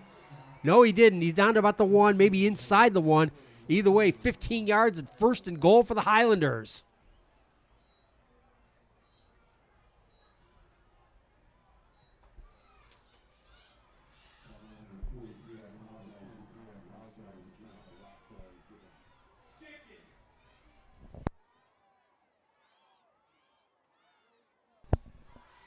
First and goal. Highland looking to take the lead back. Merkling takes it himself. And he's in. Cooper Merkling, a touchdown. The Highlanders are back in front.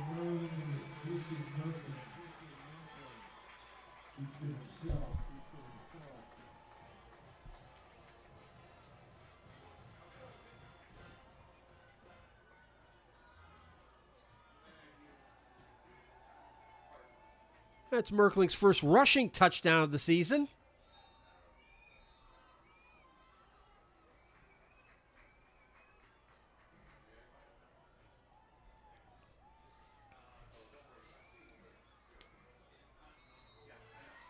Three minutes to go, and Highland back in front of Cardington Lincoln, 21-14.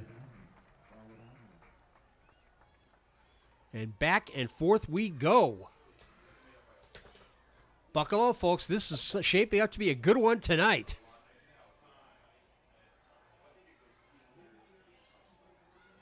Didn't look like a very good matchup on paper, but that green stuff down there that you're looking at is not paper. As someone much wiser than I once said, this is why they play the games.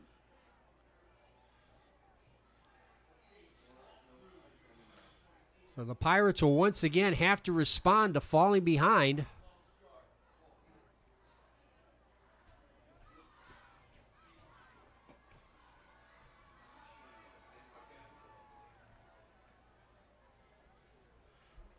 Pirates trying to end the 4-game losing skid.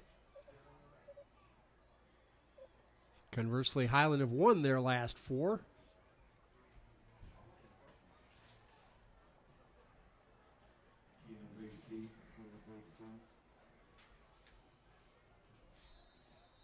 Kalen Briggs and Aiden Plowman back to receive the kick. Briggs on the far side of the field. Caleb Hunter's been hooking his kickoffs. He does it again. He hit it right at the middle, and it's going to be Aiden Plowman from the 5. Aiden Plowman gets some room to the outside. Plowman with only the kicker to beat. Hunter tries to slow him down, can't do it. And it's Aiden Plowman on a 95-yard kickoff return for a touchdown for Cardington.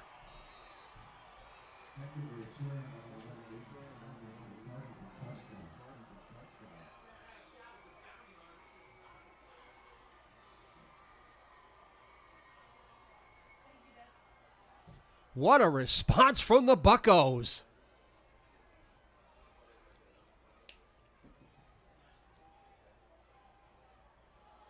And they'll look to take the lead again on the two-point convert attempt.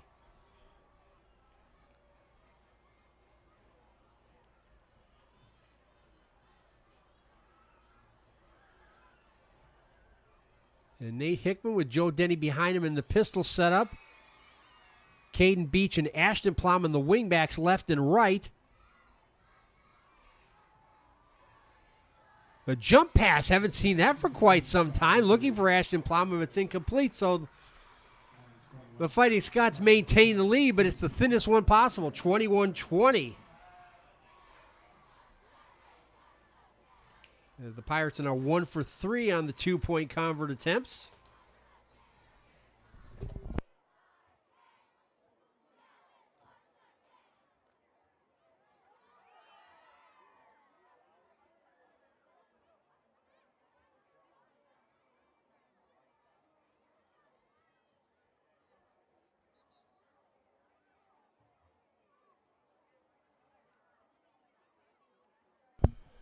.93 yards the official distance on that kickoff return by Aiden Plowman, his second touchdown of the game.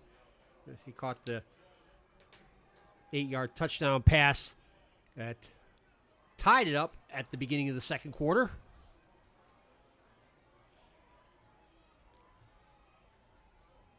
Both Plowmans also run sprints on the track team, the athletics team, for those of you watching in Europe. And again, the Fighting Scots playing for some sort of squib or onside kick here. We got all the hands guys up there. Hankins and Matthews, among others. A little chip shot covered up at the 43-yard line. That was Jay Melchiori, the wide receiver and free safety, covering it up. But we have a fun one tonight. 21-20 Highland. 2:44 to go until halftime. Again, this Highland team had been allowing, just with their outstanding defensive play, especially in league play, their points per game average was down to 19 coming into this game.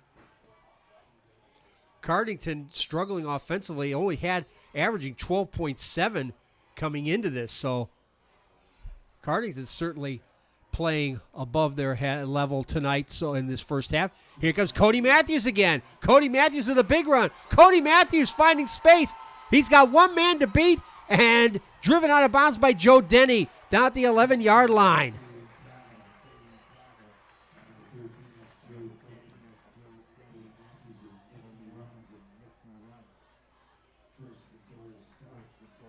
.48 yards on the run by Cody Matthews.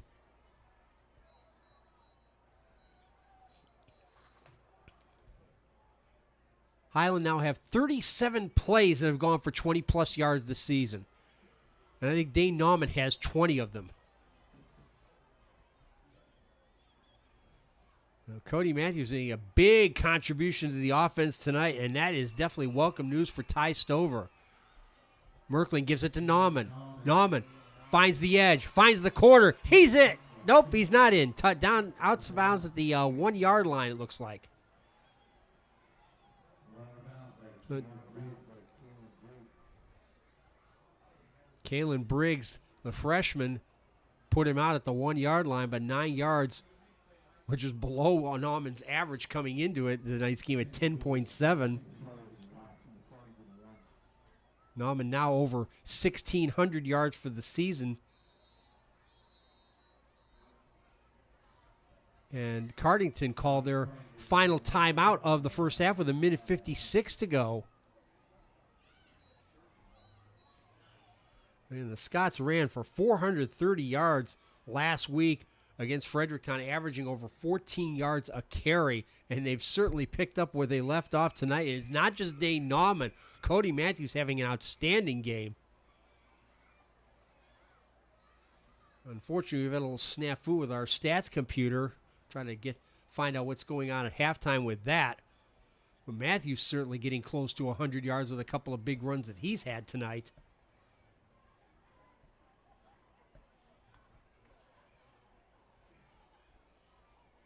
Another good thing for the Highlanders tonight, lack of penalties. Last week, the Scots were hit with 15 penalties. Only 2 or 3 tonight by my count so far.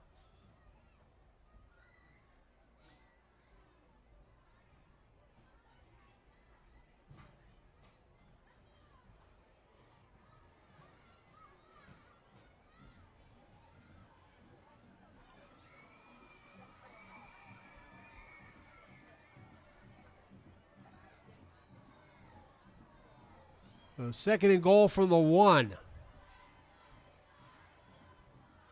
As the Fighting Scots look to stretch their lead. Jay Melchiori, the only wide out, going just out of your picture in the bottom right corner of your device screen.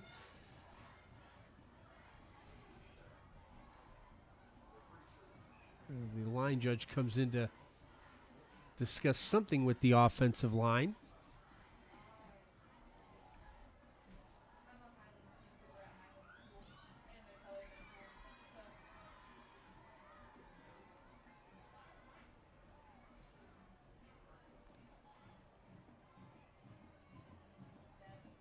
Nobody's looking at their equipment or anything, so I'm not sure what the issue is here.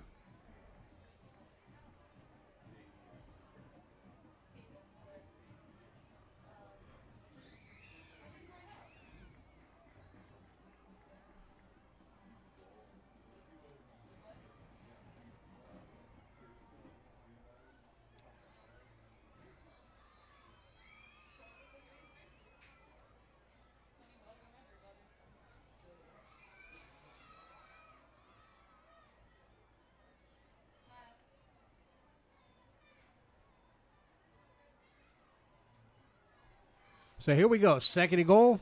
Had a clock reset. Clock had run a little bit too far. We're down to 2 minutes and 1 second left. Out of the spread. It's Cody Matthews. He's in there.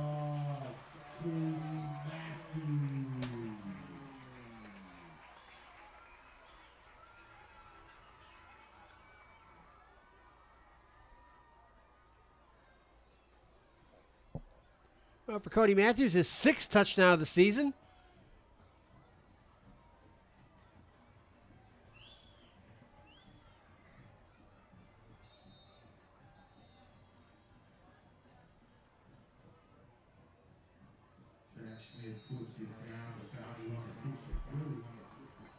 And Caleb Hunter stretches the Highland lead to 28-20 with 1:57 to go until halftime.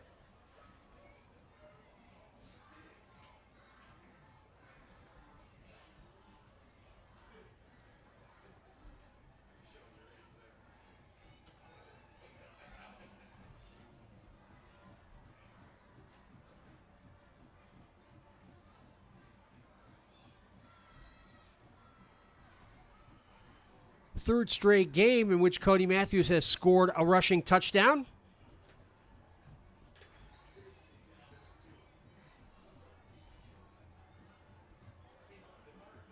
Well, it certainly bodes well for Highland if they do indeed qualify for the playoffs to have Matthews running the ball successfully along with Nauman. Makes it that much harder for the defense.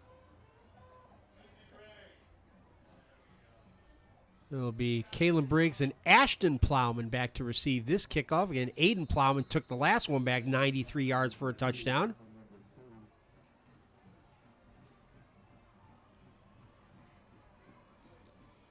Caleb Hunter aimed this one definitely toward Briggs, although it's picked up one of the up players at the 30 up to near the 40-yard line. Caden Beach, the junior wideout and linebacker, was the one on the return there. So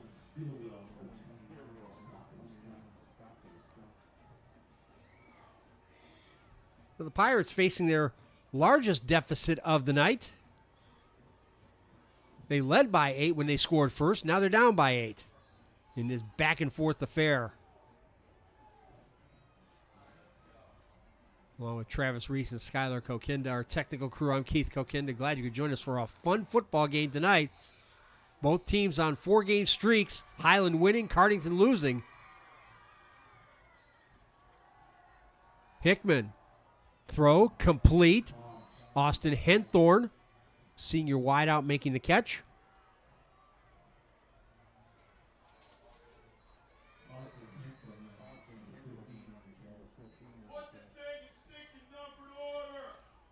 Only Henthorn's second catch of the season, good for 9 yards, 2nd and 1, a minute 46 to go as he did get out of bounds. Cardington with are out of timeouts now.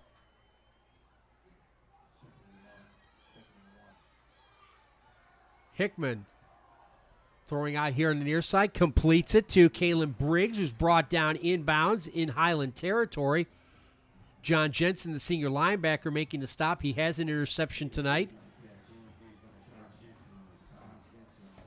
as does Gavin Hankins.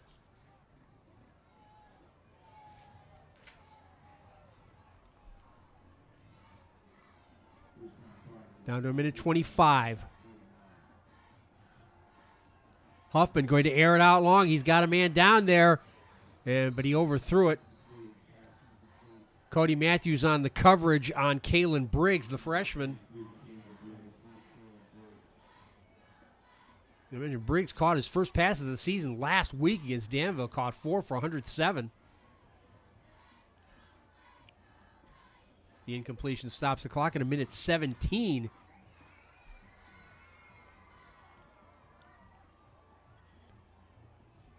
Henthorn goes wide to the top of your screen. The Plowman's inside of him. Hickman looking that way on the move. Throws. Incomplete. Off the hands and chest of Aiden Plowman. Or check that, Ashton Plowman.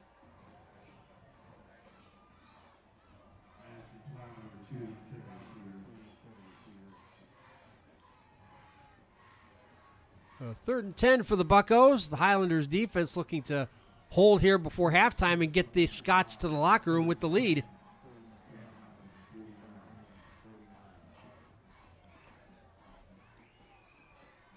Huffman returns. He goes outside as the Denny in the slot along with Caden Beach inside of him.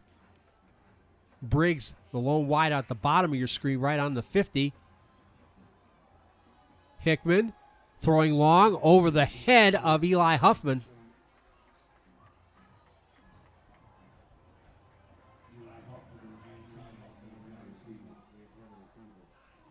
So 4th and 10. Cardington unofficially 1 for 4 on 4th downs tonight. Again, I want to apologize for the stat computer issue we're having. Huffman is back, looking like he's going to punt. He is their punter. And indeed, they will go with the quick kick. Nobody back. Got a good roll. Can they keep it pinned in? Yes, they will. Excellent punt by Nate Hickman, putting Highland back at their 3-yard line. Have to think 55 seconds left. Cardington out of timeouts. Have to think Ty Stover just want to take a knee or two or run the ball on the line and get out of here into the locker room with the 8 points lead at the half.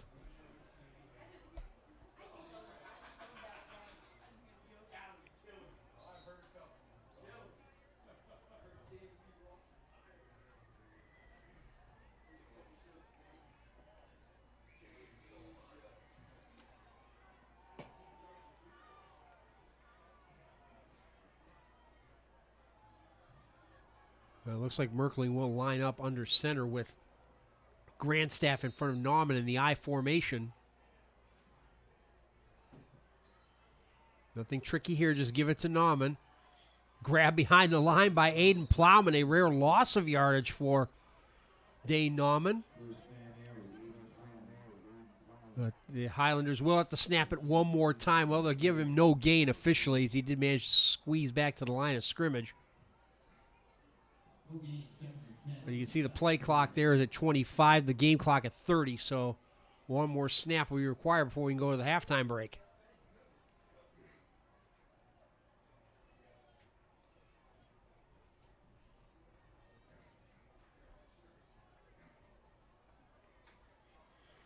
Still Nauman behind Grandstaff in the eye.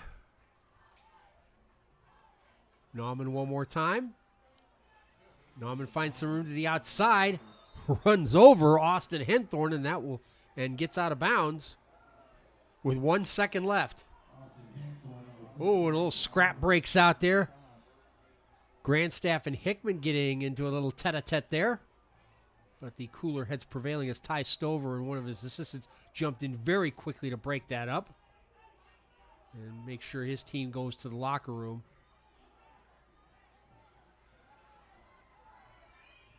Oh, the officials are saying, wait a minute, you still have a second left, boys. I don't think Ty Stover realized that Nauman had gone out of bounds, which is what stopped the clock. But good coaching there by Ty Stover and his staff to get in there quickly and make sure that that didn't escalate. And kudos to the Cardington players for not trying to escalate it as well.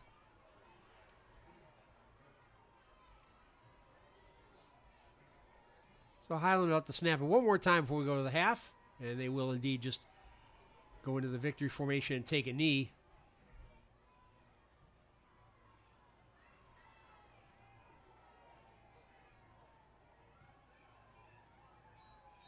So 28-20 is our score in a real back-and-forth wild affair here at Highland High School. Highland over Cardington Lincoln.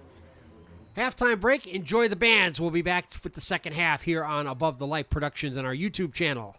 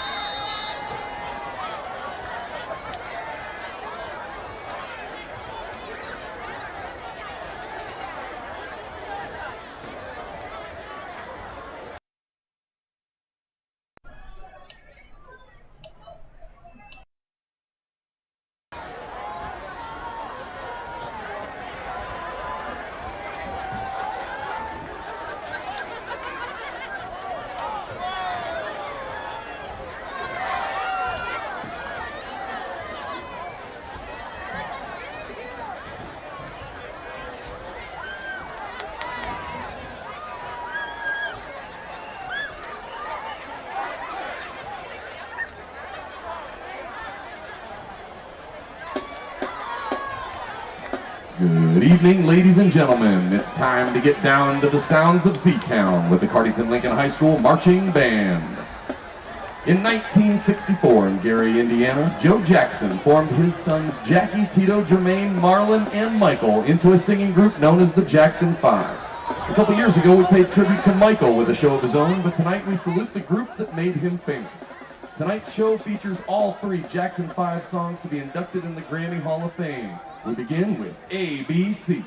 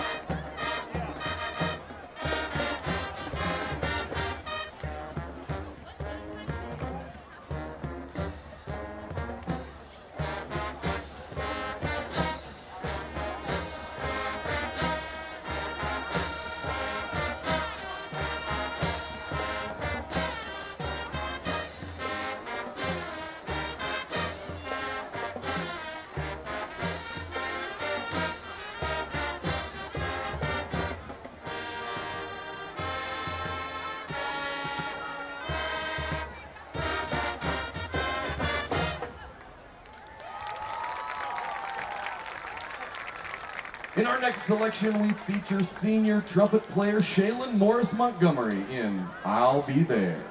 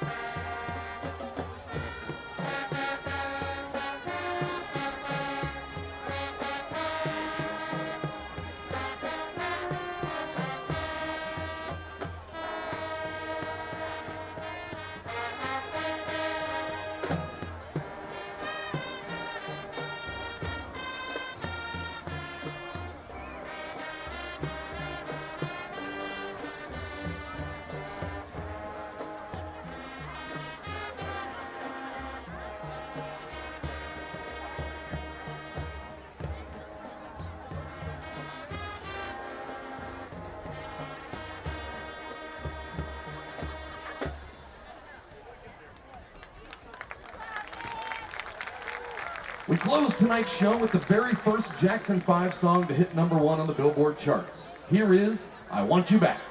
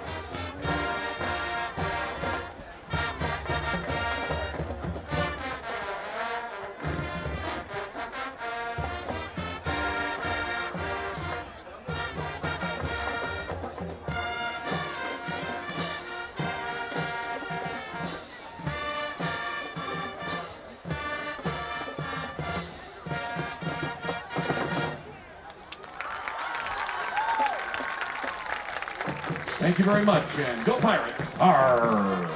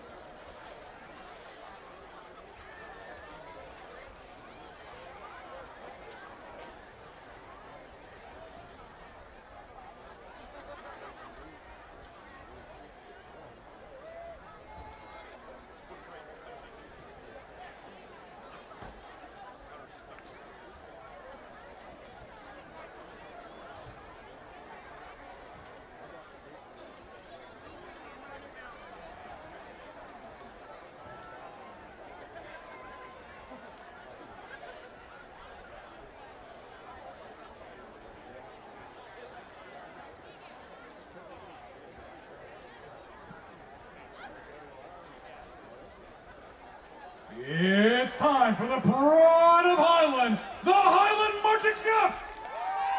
They're led by Field Commanders Hannah Conrad and Megan Decker, and under the direction of Amy Arnett Thomasek and Heather Faulkner. Tonight's senior show begins with Bad Romance, arranged by Jay Dawson and made famous by Lady Gaga.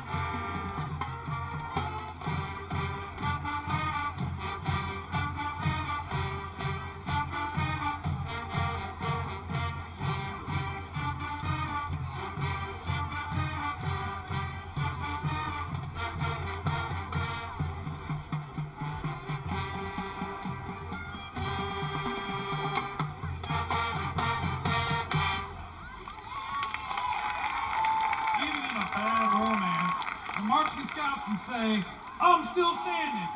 This tune was arranged by Matt Conaway and of course sung by Sir Elton John.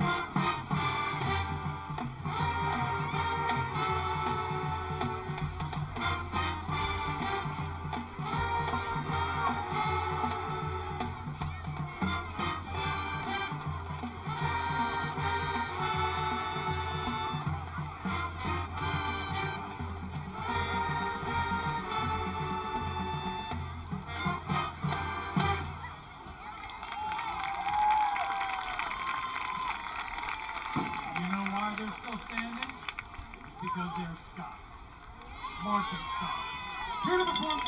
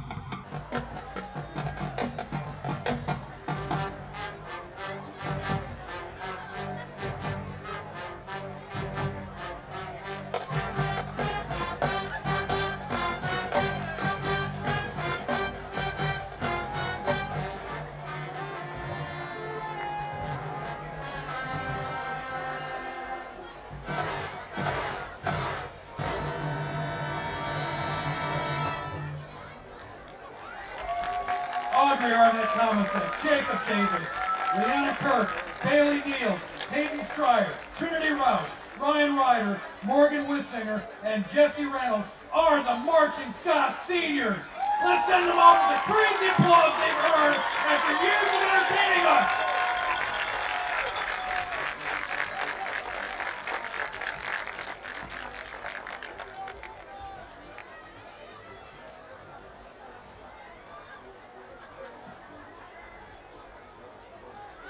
The Marching Scots, after back-to-back excellent ratings, will be performing tomorrow at Westerville North Band Competition.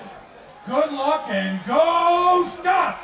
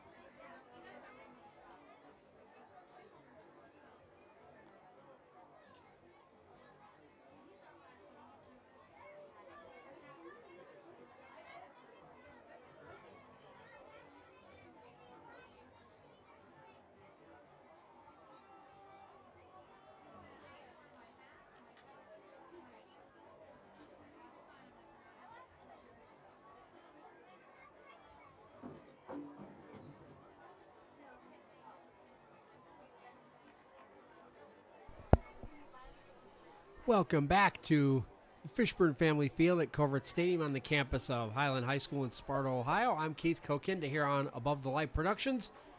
Week 8 of the Ohio High School football season. We've had a fun one here tonight between Highland and Cardington Lincoln, with the Fighting Scots of Highland leading the Pirates of Cardington Lincoln 28-20.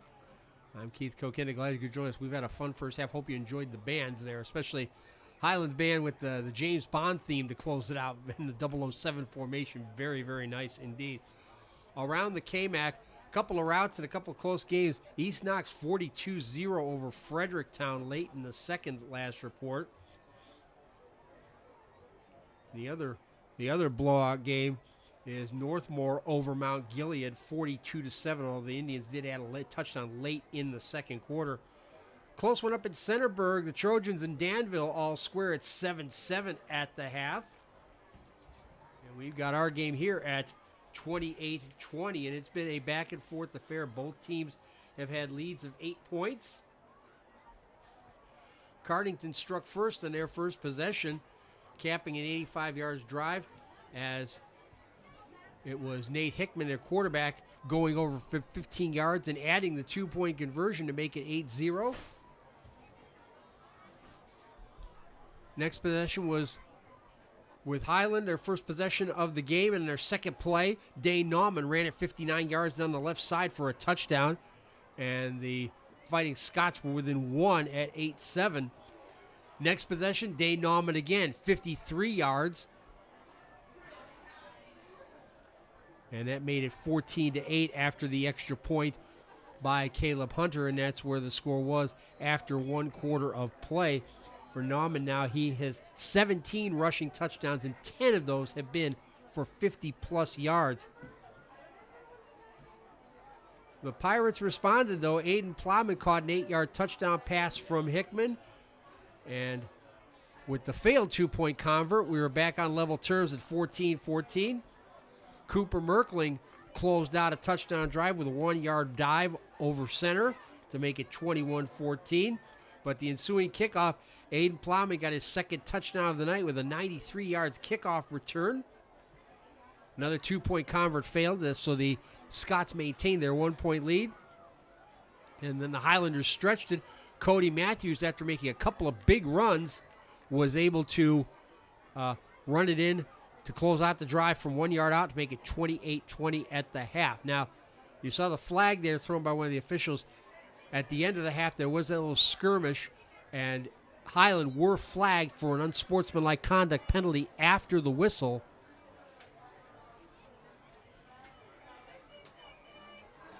So Highland will go left to right, east to west here in the third quarter, but their field position could be very poor. As you see there, as Cardington will be kicking off from the Highland 45-yard line.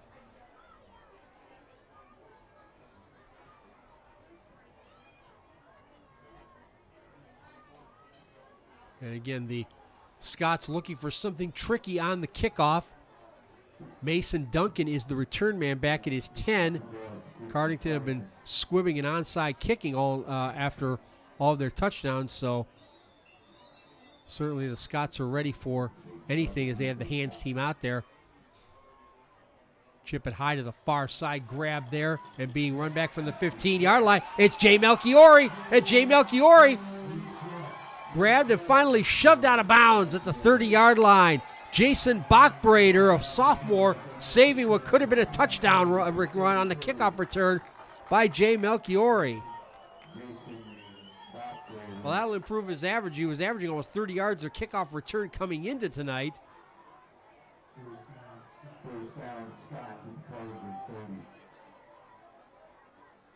So the Scots with fantastic field position starting at the Cardington 30. And this fun game continues to be even more fun.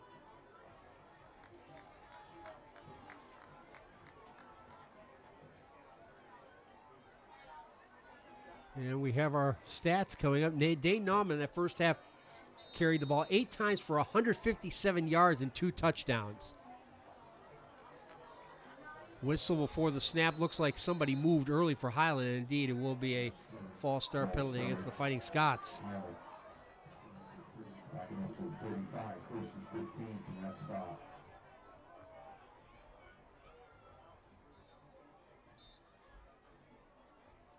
Cooper Merkling only threw one pass in that first half, and it was incomplete. Highland have run for 261 yards so far tonight.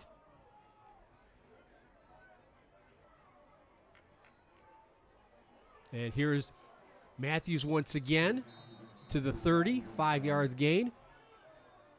When a flag comes in at the end of the play, Mason Kinter and Colin McAvoy on the tackle for the Buccos.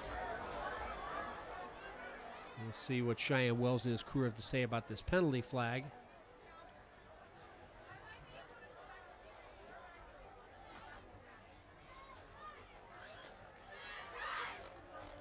We saw a couple of the Highland players clapping. It is after the whistle, and it's a personal foul against Cardington Lincoln, so that'll tack 15 yards onto the end of the run by Cody Matthews.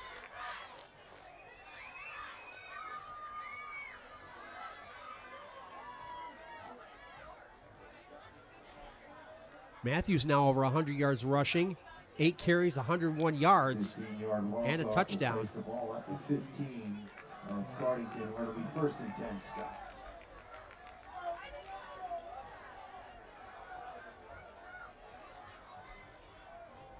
Highland doubled up on total offense over Cardington Lincoln, 266 to 132, despite having the ball only 8 minutes, 16 seconds compared to 15:44 for Cardington. Here goes Dane Nauman.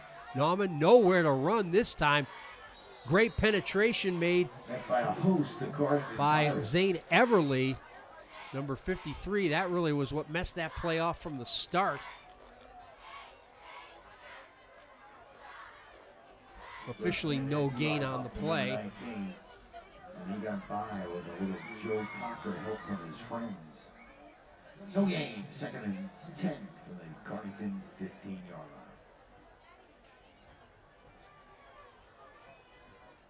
Highland now been penalized 5 times for 50 yards. Mason Duncan goes out of your, down to the bottom corner of your picture. Jay Melchiori up at the top of your screen. Here goes Dane Nauman trying to fight through a couple of tackles, getting pushed forward, got 2 yards or so. Joe Denny, who also plays linebacker. Played by Joe Denny, number 13.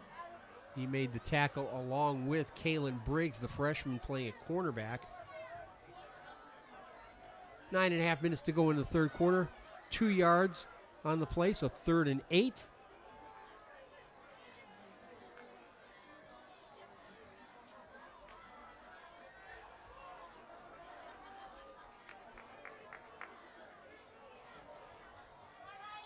Merkling under center in the I formation. The pitch to Nauman. Can't get out of the tackle there.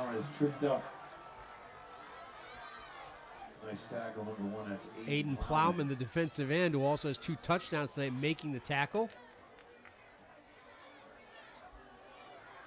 8:50 to go. That'll bring a 4th down. And Caleb Hunter is going to be on to try field goal from officially 31 yards. He's 2 for 6 on the season. Caleb Bounty Hunter who attempt a 30-yard field goal for the Scots. He's 1 of 5 from beyond 30 yards this season.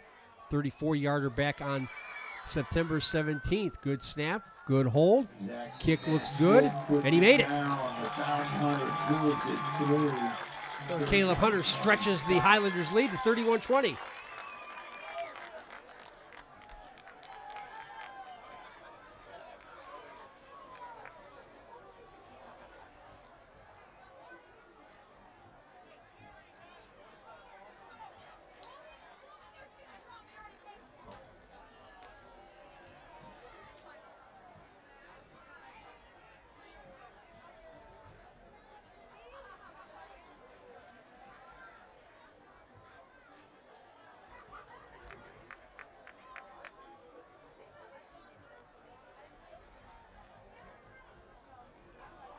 Highland now run for 268 yards on 23 rushing attempts.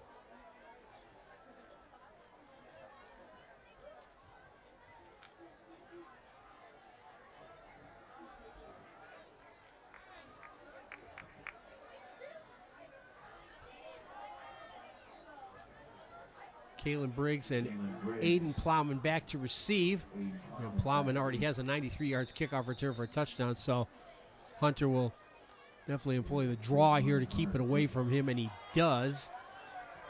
Briggs from the 8. Kalen Briggs to the 24-yard line, return of 16.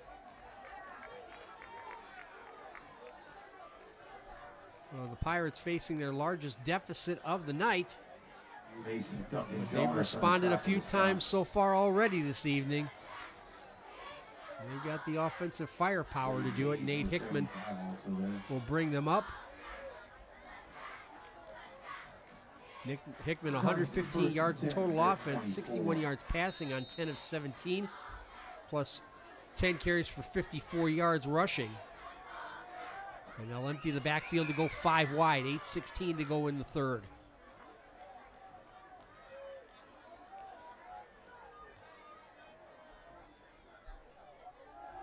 That's Joe Denny in motion. He'll follow Denny Will Hickman.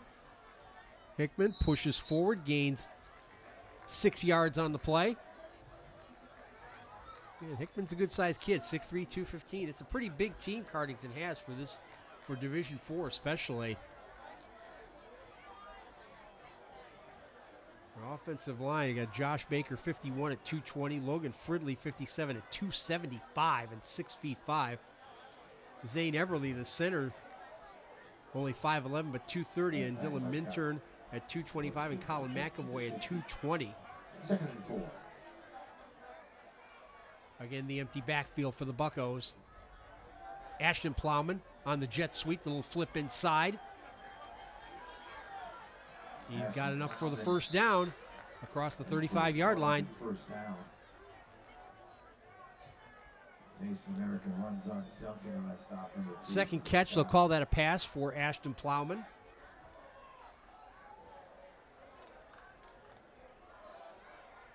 Aiden had 5 catches in that first half, half of the completions by Nate Hickman. Caden Beach and Kalen Briggs come in. Briggs will be down here at the bottom of your screen. Beach with Aiden Plowman and Austin Henthorn up at the top. There's Joe Denny in the pistol formation. Play clock down to 5. Hickman getting pressured and he's sacked. Back at the 33.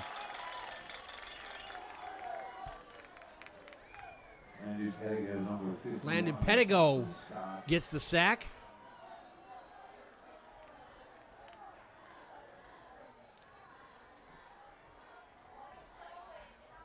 First sack for the Highlanders with 6:30 left in the third quarter.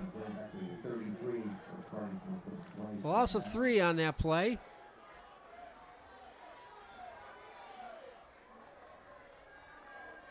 Aiden Plowman and Eli Huffman inside to out down here at the bottom right corner of your screen. Scott showing a blitz, and Joe Denny is grabbed for another loss behind the line of scrimmage. Joe Denny tackled. Eli Grandstaff was coming on the blitz, and he made the tackle.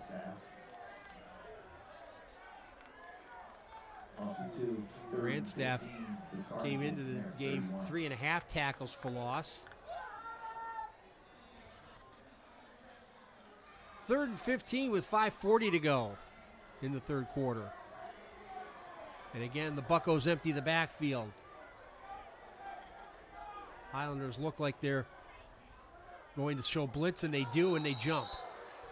Pedigo came across. And of course, the high school rule, once a player breaks the plane of the neutral zone, the play is flagged. He does not have a chance to recover and get back, unlike in college or the NFL. 3rd and, well, we'll call it 11. They had it marked as 15 originally, but should have been 16. Now it's 3rd and 11 at the 36.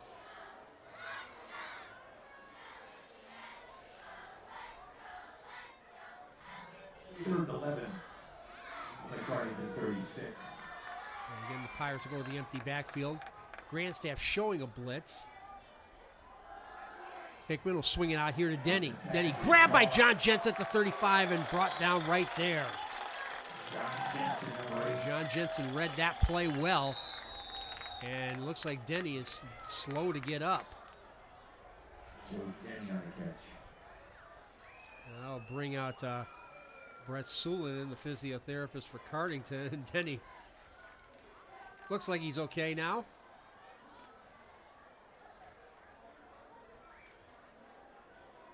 So 4th and 11. Cardington 2 for 4 on 4th down conversions tonight. They quick kicked last time, although I'm not sure if you call a punt on 4th down a quick kick. They lined up as if they were going to go for it and then shifted, and it looks like they're going to do the same thing again. Nobody back deep for Highland. That punt by Hickman at the end of the half was for 46 yards and pinned the Highlanders back inside their 5. And he will kick it again. Not as long this time. That kind of a neutral bounce. Now it reverses course and is finally down by Eli Huffman at the Highland 40-yard line. So the Scots defense beginning to assert itself, and Nate Hickman is down and hurt and pounding the turf in frustration. He cramped up. That's what happened. As the physio gets out there quickly, even one of the Highland coaches got there, he cramped up. He was obviously in some pain, but it fortunately wasn't serious. Actually, Ty Stover himself got out there to try to help him out.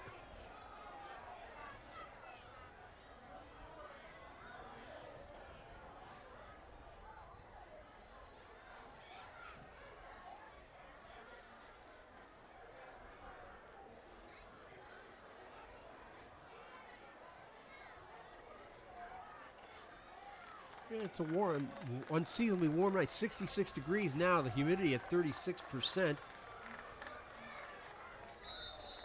Rain is still forecasting some possible thunderstorms, but it looks like they won't come in until after the game, unless we go overtime. Oh, Huffman appears to be okay. 4:36 to go in the third quarter. The Fighting Scots will scrimmage from their 40. And the Highland defense is slowly, here in the first, at least the beginning of the third quarter, starting to take a little more control of this game. Offset eye with Grandstaff in motion. Here comes Dane Nauman with some room to the outside. Nauman into the secondary. Nauman finally pulled out of bounds at the 49 by Austin Henthorn. 9 yards on first down for Dane Nauman.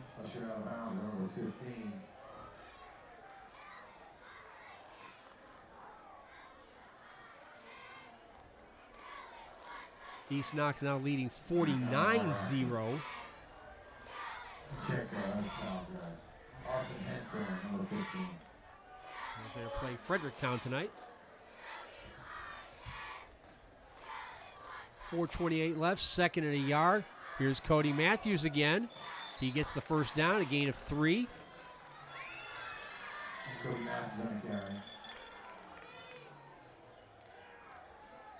Matthews now 9 carries, 104 yards, and a touchdown.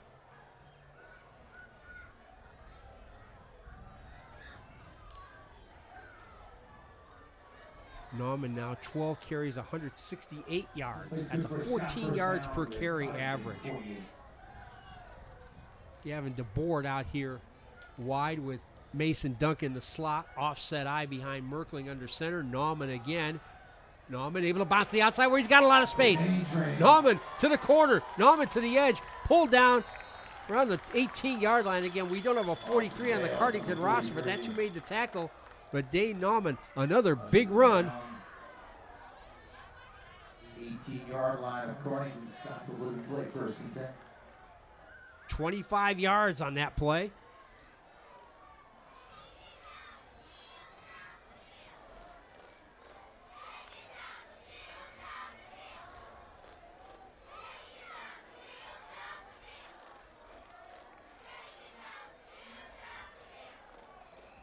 .280 yards rushing now for Highland, although they're going to take a couple of yards off that as Dane Nauman is stuffed behind the line. Josh Baker, junior defensive lineman, making the tackle. 3.5 minutes to go in the third quarter. They might have lost the yard. Second and 11, Scott. Loss of a yard officially on that play. 19.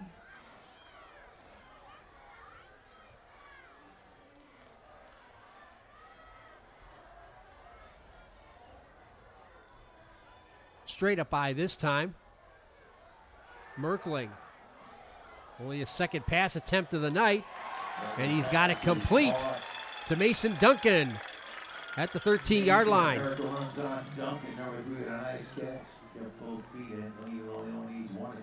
Duncan leads the team now with 12 receptions on the season. He caught 3 for 58 and a touchdown last week against Fredericktown. 3 minutes, 3 seconds to go in the third quarter, and the Highlanders looking to get a firm grip of this on this game here over the Buccos late in the third. Again, straight up by Duncan, your bottom right corner of your screen. Gavin DeBoard out of your picture at the top left. Here's Nauman again. Can't get out of the tackle. And again, it's Josh Baker.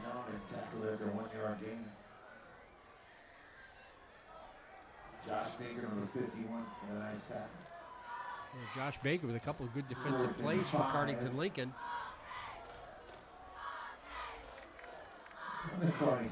Well, 4th and 5, and no sign of Caleb Hunter coming out, even though he's made a field goal already tonight. You can see there just at the bottom of your screen, almost out of your picture, Cooper Merkling talking with Ty Stover and offensive coordinator Matt Downing.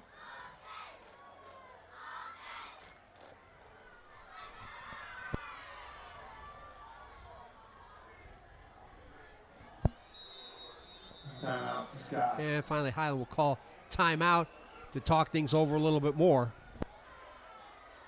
It's time I would like to thank the sponsors of Highland football, Chris Muir Gymnastics, Lincoln, Owl Creek, Bone Cutter, Highland Pizza. And again, Highland will be traveling up to East Knox to take on the Bulldogs next week. Pizza to go, Rolling Dome, Cheyenne Pet. And they lead 49-0 tonight. Well, these last two games loom very, very large for Highland in their quest for a playoff place and the Knox-More Athletic Conference Championship.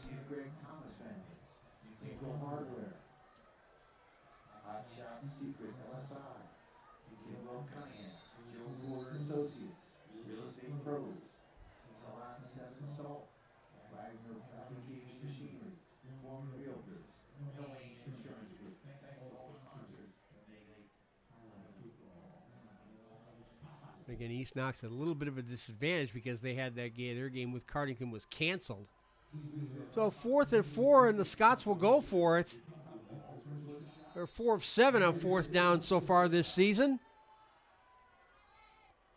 The toss to Nauman, trying to get wide.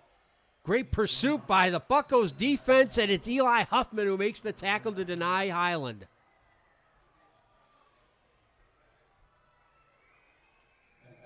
11 points lead, that deep in the opponent's territory. Not a bad gamble to take there, especially the way the defense is playing here. They've been able to stifle the Pirates for the most part ever since that, indeed, that the last touchdown they scored on offense was early in the second quarter.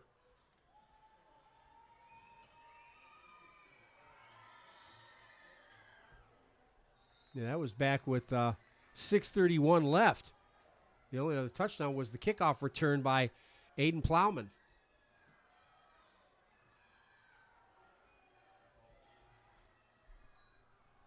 Hickman on the move, trying to find Kalen Briggs on the far side. It's incomplete. Aaron West, the outside linebacker, in coverage.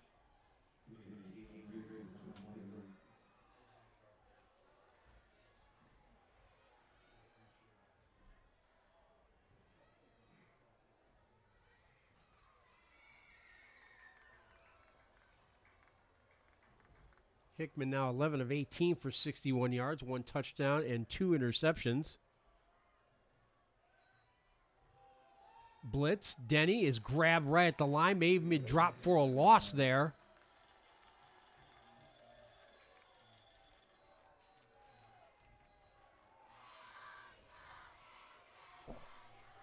Clayton Van Dyke, sophomore defensive lineman, making the tackle there for the Scots.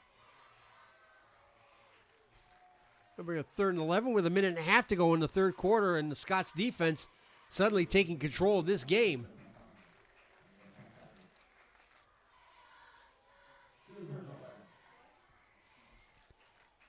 Huffman looking here on the near side, trying to find Briggs, and it's overthrown.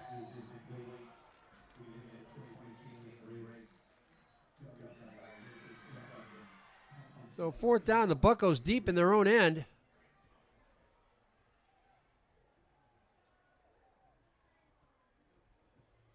And they've punted the last 2 times they've had 4th down. And it looks like they will again. Once again, Highland playing safety and not sending anybody back just in case Cardington Lincoln tries something. Huffman's average is 34.5 after his 2 punts. The first one was a beauty, 46 yards, pinning the Highlanders back at their 3. This is another great punt. He got a terrific roll out of it as well. To the 36-yard line, and that's where Highland will scrimmage in the final minute of this third quarter.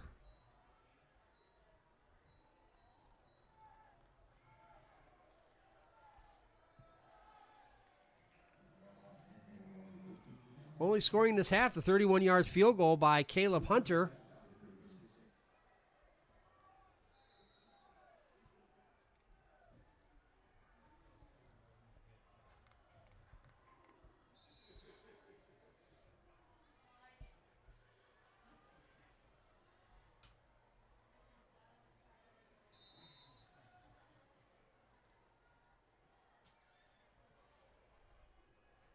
Dane Nauman only needs 5 more yards to reach 200 again. And he's alongside Merkling in the backfield. Here goes Nauman. The Dane train's into the secondary. The Dane train runs away again. And he's going to sprint away from the defense and score his 3rd touchdown of the night. 64 yards.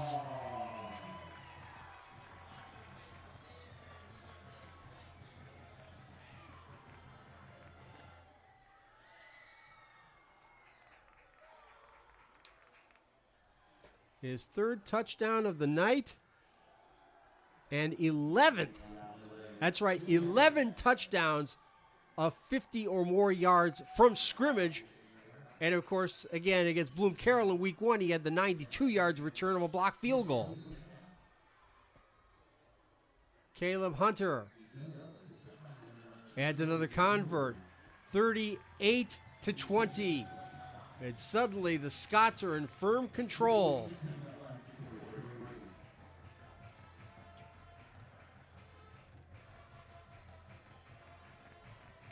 As I mentioned, Dane Nauman's been the big story, but again, this defense, ever since K-Mac play started, has really come up big for the most part this season. And even tonight, they gave up a couple of early touchdowns, but they've slammed the door since. And allowed the offense to take over as well. And Dane Nauman now 17 carries and 259 yards.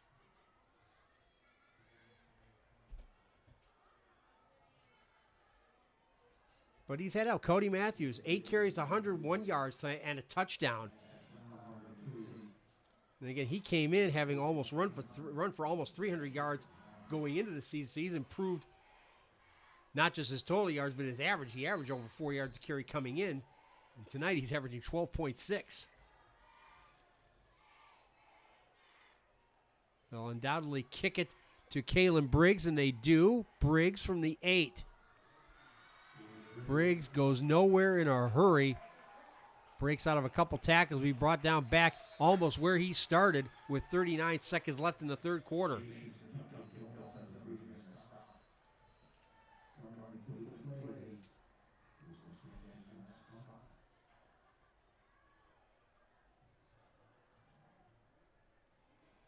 So the Buccos will try to get their offense untracked against this Highlander defense, which has been really tough here since midway through the second quarter.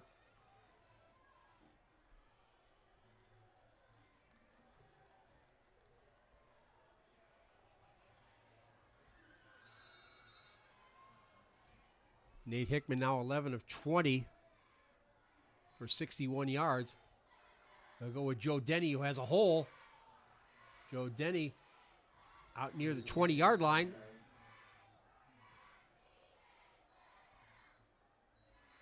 Aaron West on the tackle, along with Cody Matthews.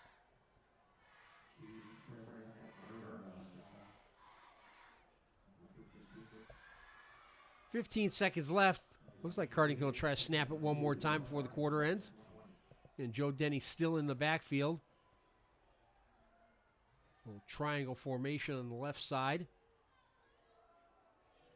Hickman will keep it on the read option. He'll get the first down out to the 28-yard line. That'll end the third quarter.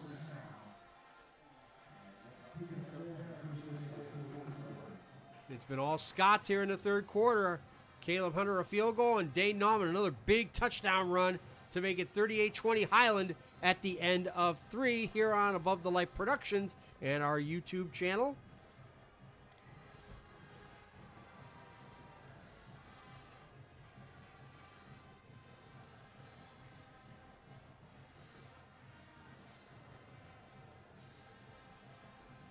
Centerburg now up 16-7 against Danville at Centerburg. That's after 3 quarters of play.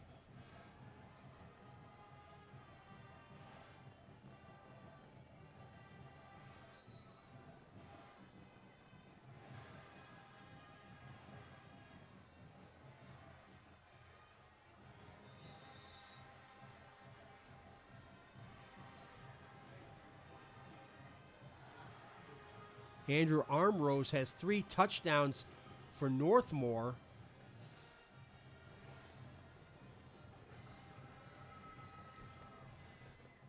As the Golden Knights lead the Mount Gilead Indians 49-7. They're midway through the third. They should be close to the end of the third quarter as well. And these last 2 games for Highland are not going to be easy. Taking on East Knox and Northmore, both on the road. They'll start the fourth quarter. Hickman will keep it. Pushing forward for 2, maybe 3 yards. Fumbled the ball. One of his linemen covered it up, though.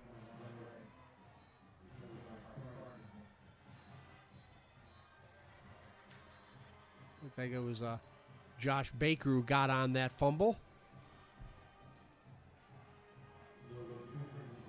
The band cues up the Doobie Brothers classic long train running. That Dane train has been running for a long time tonight. Again, Ashton Plowman with the catch, fights his way forward, gets into Highland territory before he's finally brought down at the 45. Great catch and run by Ashton Plowman. Only his second catch of the night.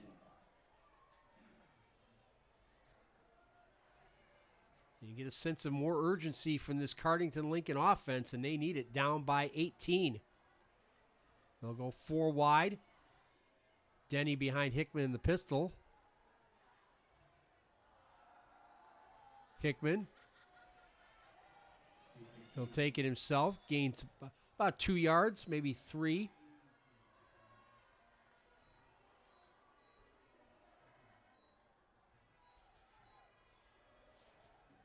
Landon Pedigo with the tackle.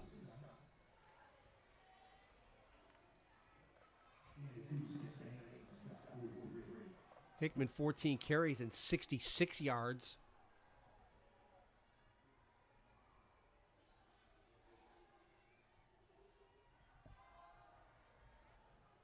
But this is what he needs to do, is throw his over the head of Ashton Plowman. Actually had a better chance to grab it with Gavin Hankins, who already has a pick tonight.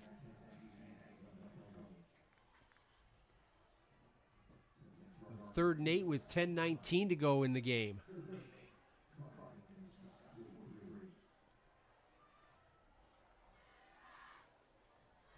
And keep an eye on the Highland Sports website, hlsdsports.us, for further information regarding possible playoff qualification and a possible webcast on October 29th or 30th. Hickman under pressure, gets a good block from Denny to be able to get out to the side. He'll continue to run it, gets to the 36-yard line. Again, Pettigo there on the tackle for the Scots, along with Leighton Schaefer, the inside linebacker.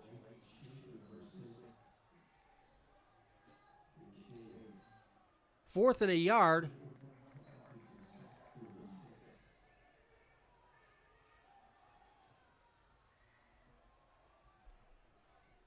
Cardington have to go for it now. Again, they're 2 for 4 on fourth down conversions tonight.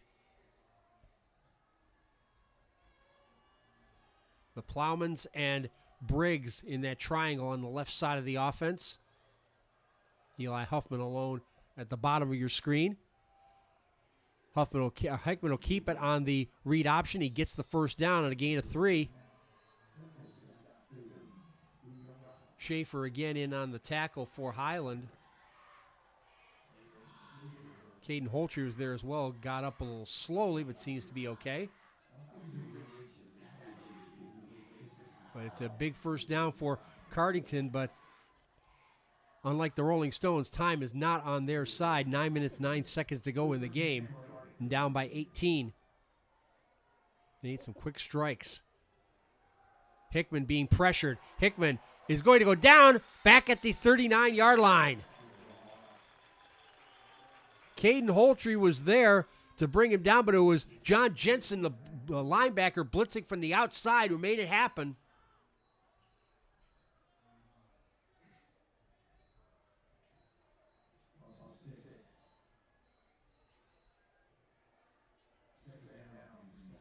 Second sack for the Highland defense. 8.5 minutes left in the game. 2nd and 16 facing the Pirates.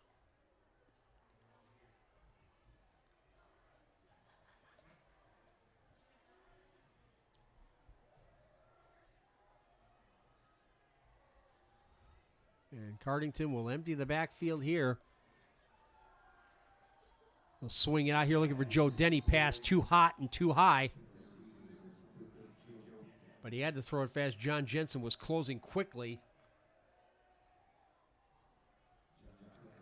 3rd and 16 with 8:05 to go.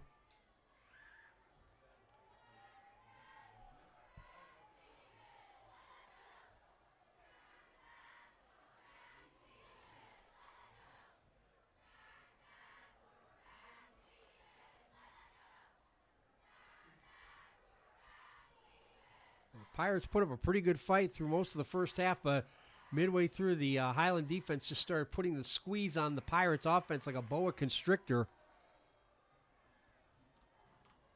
And the offense was able to do their job again. Here comes a blitz, picked up well by the Pirates line.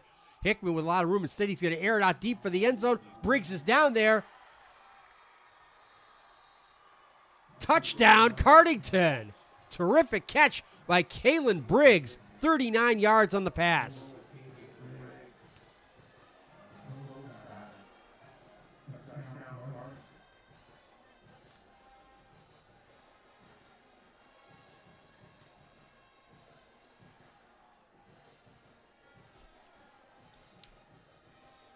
Hickman with his 2nd touchdown pass of the night. That matches his total for the season coming in.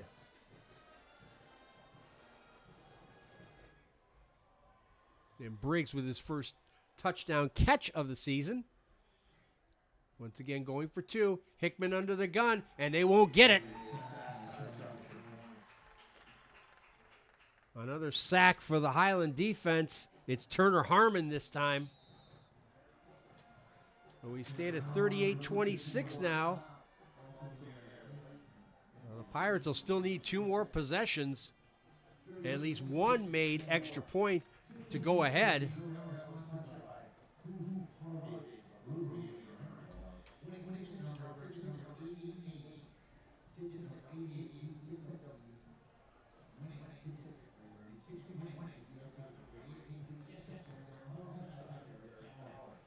Cardington now 1 for 4 on 2-point converts tonight.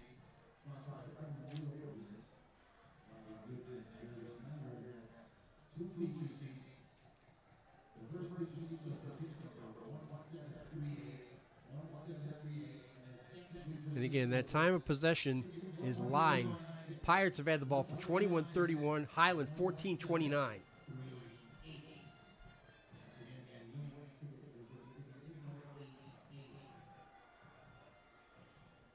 Nate Hickman now 13 of 25 passing for 124 yards, 2 touchdowns, and 2 interceptions. And again, the hands team will be out there. Got guys like Nauman, Melchiori. Gavin DeBoard is out there. Owen Stillwell, the tight end, is there.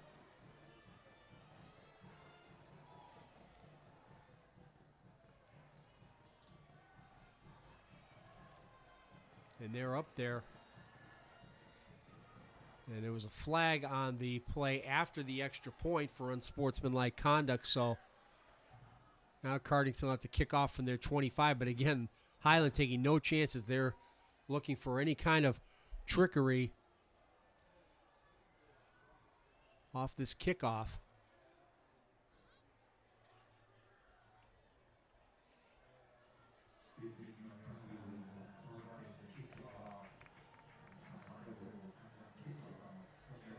The Scots will get great field position out of this.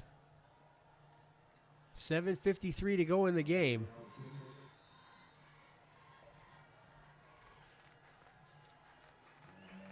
They'll go for the suicide onside. And it looks like Highland covered it.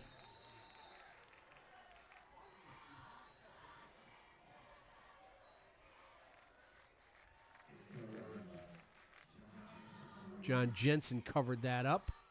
Looks like Gavin DeBoer, Aaron West, I should say, a little slow to get up, but he seems to be okay.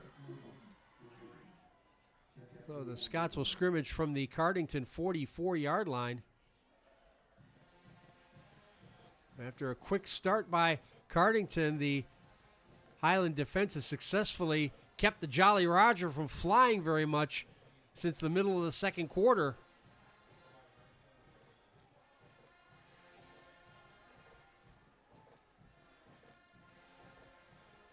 A good drive on the last position by Cardington Lincoln, but it might be, at least it looks from here, like too little too late. But I've seen funnier things happen.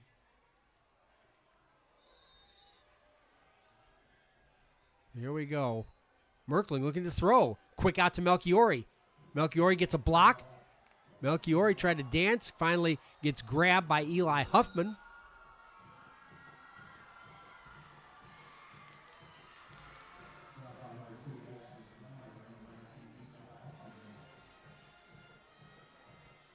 Melchiori with his first catch of the night, his 11th on the season. He leads the team receiving yards with 183 coming in and 2 touchdown catches.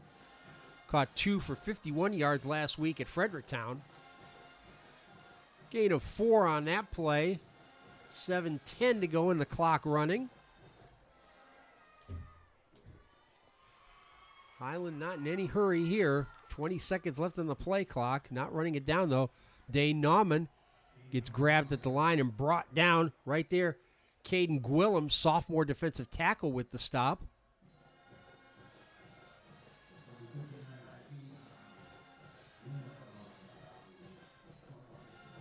Only a yard gain for Nauman, so 3rd and 5 coming up, a long 5 as well. Nauman now with 260 yards on 18 carries and the 3 touchdowns.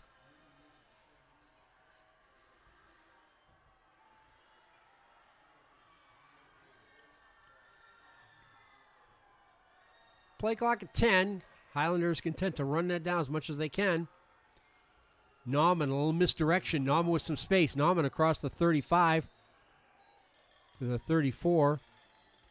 Nate Hickman, who also plays linebacker, making the tackle. And that's good for another Highland first down, just what they needed at Cardington's 33-yard line.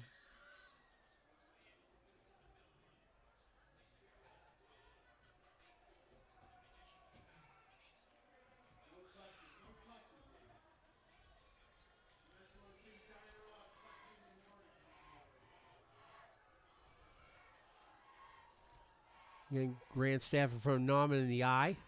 They'll swing it out here to Mason Duncan. Duncan gets by one player, gets out of bounds around the 27-yard line. Duncan's second catch of the night. Merkling now 3 of 4 passing.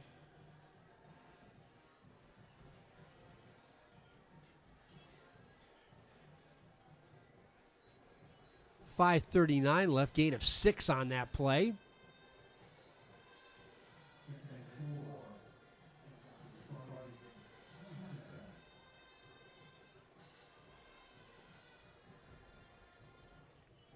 A touchdown here, and the Scots would certainly be home and dry. And Grandstaff in front of Nauman in the straight eye. Grandstaff gets it, has a hole, gets into the secondary. Still Eli Grandstaff. Grandstaff finally gets brought down about the 11-yard line. Ashton Plowman in on the tackle for the Pirates. And the other player made the tackle, still down for Cardington. And that was Colin McAvoy, the junior defensive lineman. What a big run for Eli Grandstaff. Only his second carry of the night.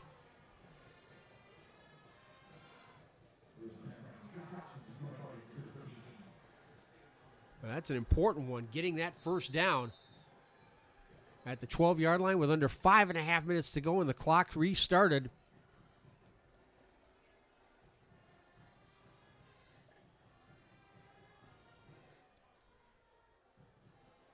Cody Matthews now in the game.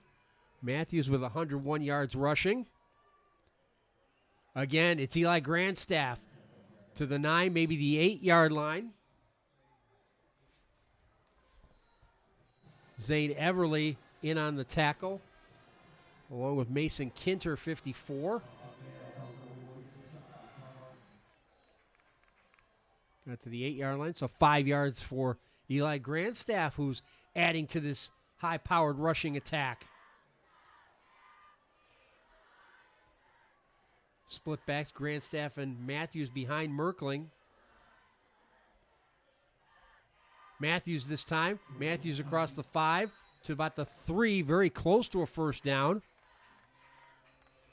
And Josh Baker in on the tackle again, along with Mason Kinter.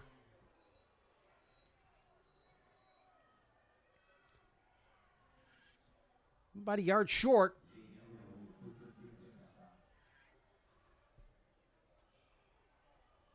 Third and 1 and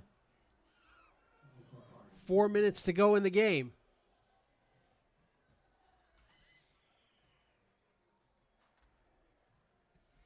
Grandstaff 3 carries, 22 yards. Matthews 9 carries, 105 yards.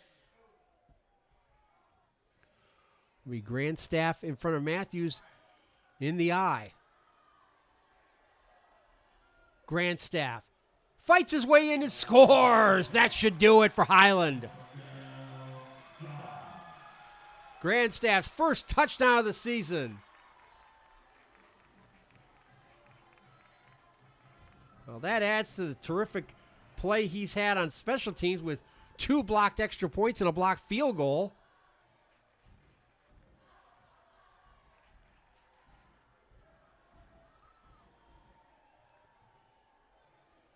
This offense has averaged almost 28 points a game. Has really blossomed here since about midway through the second quarter with other sources besides Dane Nauman. 45-26. Highland over Cardington. And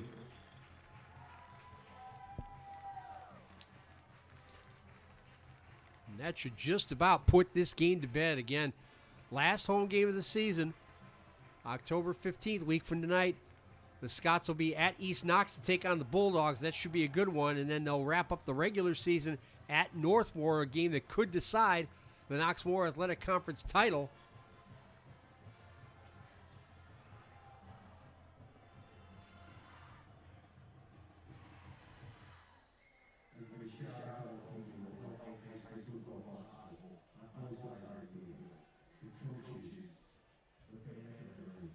Northmore's game is now gone final, 49-16 win over Mount Gilead. So Northmore stayed perfect, 8 from 8 overall, 5 for 5 in the league. Northmore and Highland will remain joint top of the KMAC.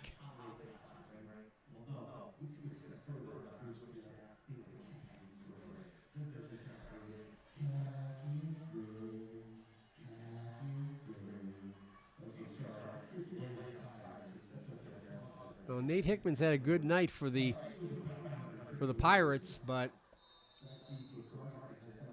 his defense has been pretty stifling here from way through the second quarter on.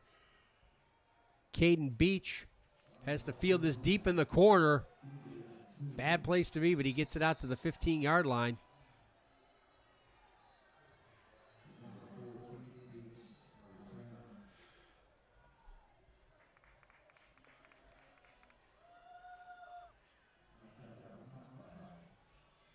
Hickman 13 of 24 passing for 124 yards, 2 touchdowns and 2 interceptions.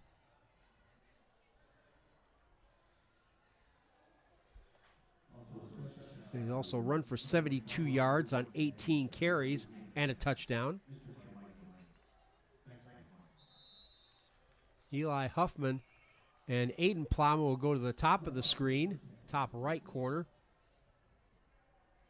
A little different formation. Hickman stepping up. Hickman launching it deep. He's got Aiden Plowman down there. Plowman pulls it in. Nope. Incomplete. It dropped. Bounced up into his hands.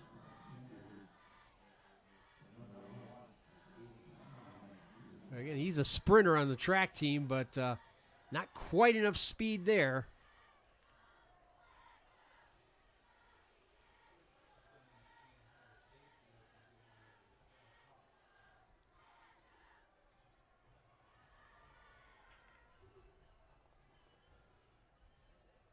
But that's what the Pirates needed, a quick strike there, and they just about had it.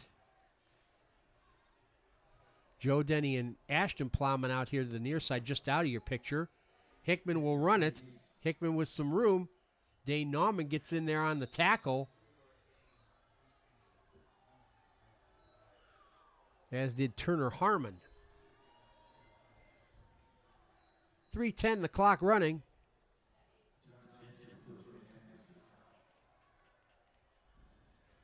So 5 straight wins for the Highlanders.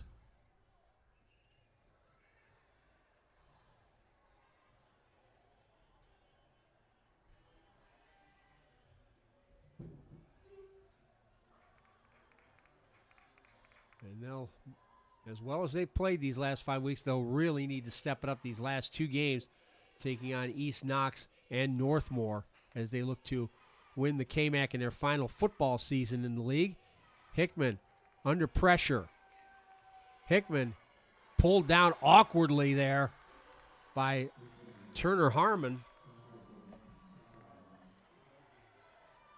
And Hickman's okay, thank goodness. That was a very awkward tackle by Harmon, pulling him backwards. Indeed, Hickman's still not quite walking freely, favoring that right leg a little bit. 4th down from the 18 at, make it 4th and 7, 2:23 left.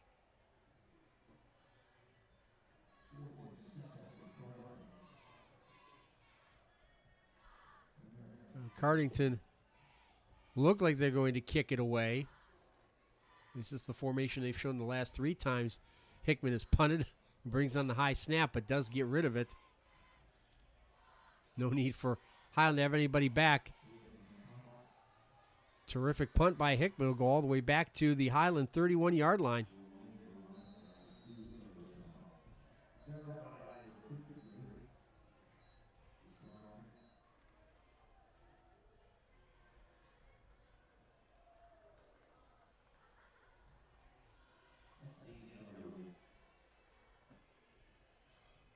.420 yards, 421 yards of total offense for Highland. 404 of that on the ground on 36 carries.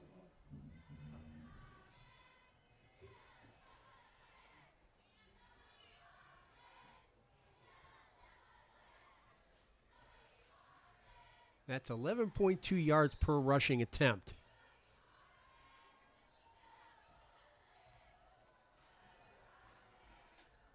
Cody Matthews with another good run. Matthews across the 35 to the 37, stayed in bounds.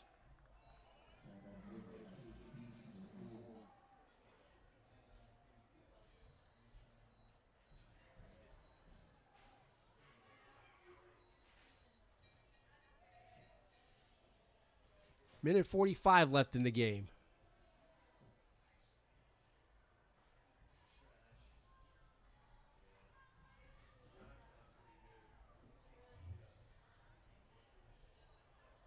Cody Matthews now 10 carries for 112 yards and a touchdown. Now he's made a big contribution to this. Here's Grandstaff with a quick hitter. Able to push forward across the 40 to the 41-yard line. Caden Gwillem there first on the tackle for Cardington. Minute 10 to go in the game. Cardington fall to 1-6, still winless in the KMAC in 4 tries. This will put Highland at 6-2 and give them a 4-1 record at home, the only loss being the opener to Bloom Carroll. And a couple more wins could put them in a position to host a playoff game in the first round, October 29th or 30th. We shall see. They're sitting in 7th in their region, firmly in a playoff place, as Merkling will take a knee. The question is, can they stay in that top 8 and host a first-round playoff game? And that's it. 6 on the bounce. 5 on the bounce, I should say, for the Highland Fighting Scots. And they stay joint top of the KMAC with the Northmore Golden Knights. A 45-26 win over the Cardington Lincoln Pirates. I want to thank everybody here at Highland High School, especially Coach Ty Stover and Athletics Director Mike Delaney, for giving me the chance to do these games. We're hoping to get one more. So watch HLSDsports.us for a possible home playoff game in Week 11, October 29th or 30th. Again, Highlands currently sits 7th in the region. The top 8 host first-round playoff games. On behalf of our Above the Light Productions crew of Travis Reese and Skylar Kokinda, I'm Keith Kokinda. 45-26 Highland over Cardington Lincoln. Good night from Sparta, Ohio.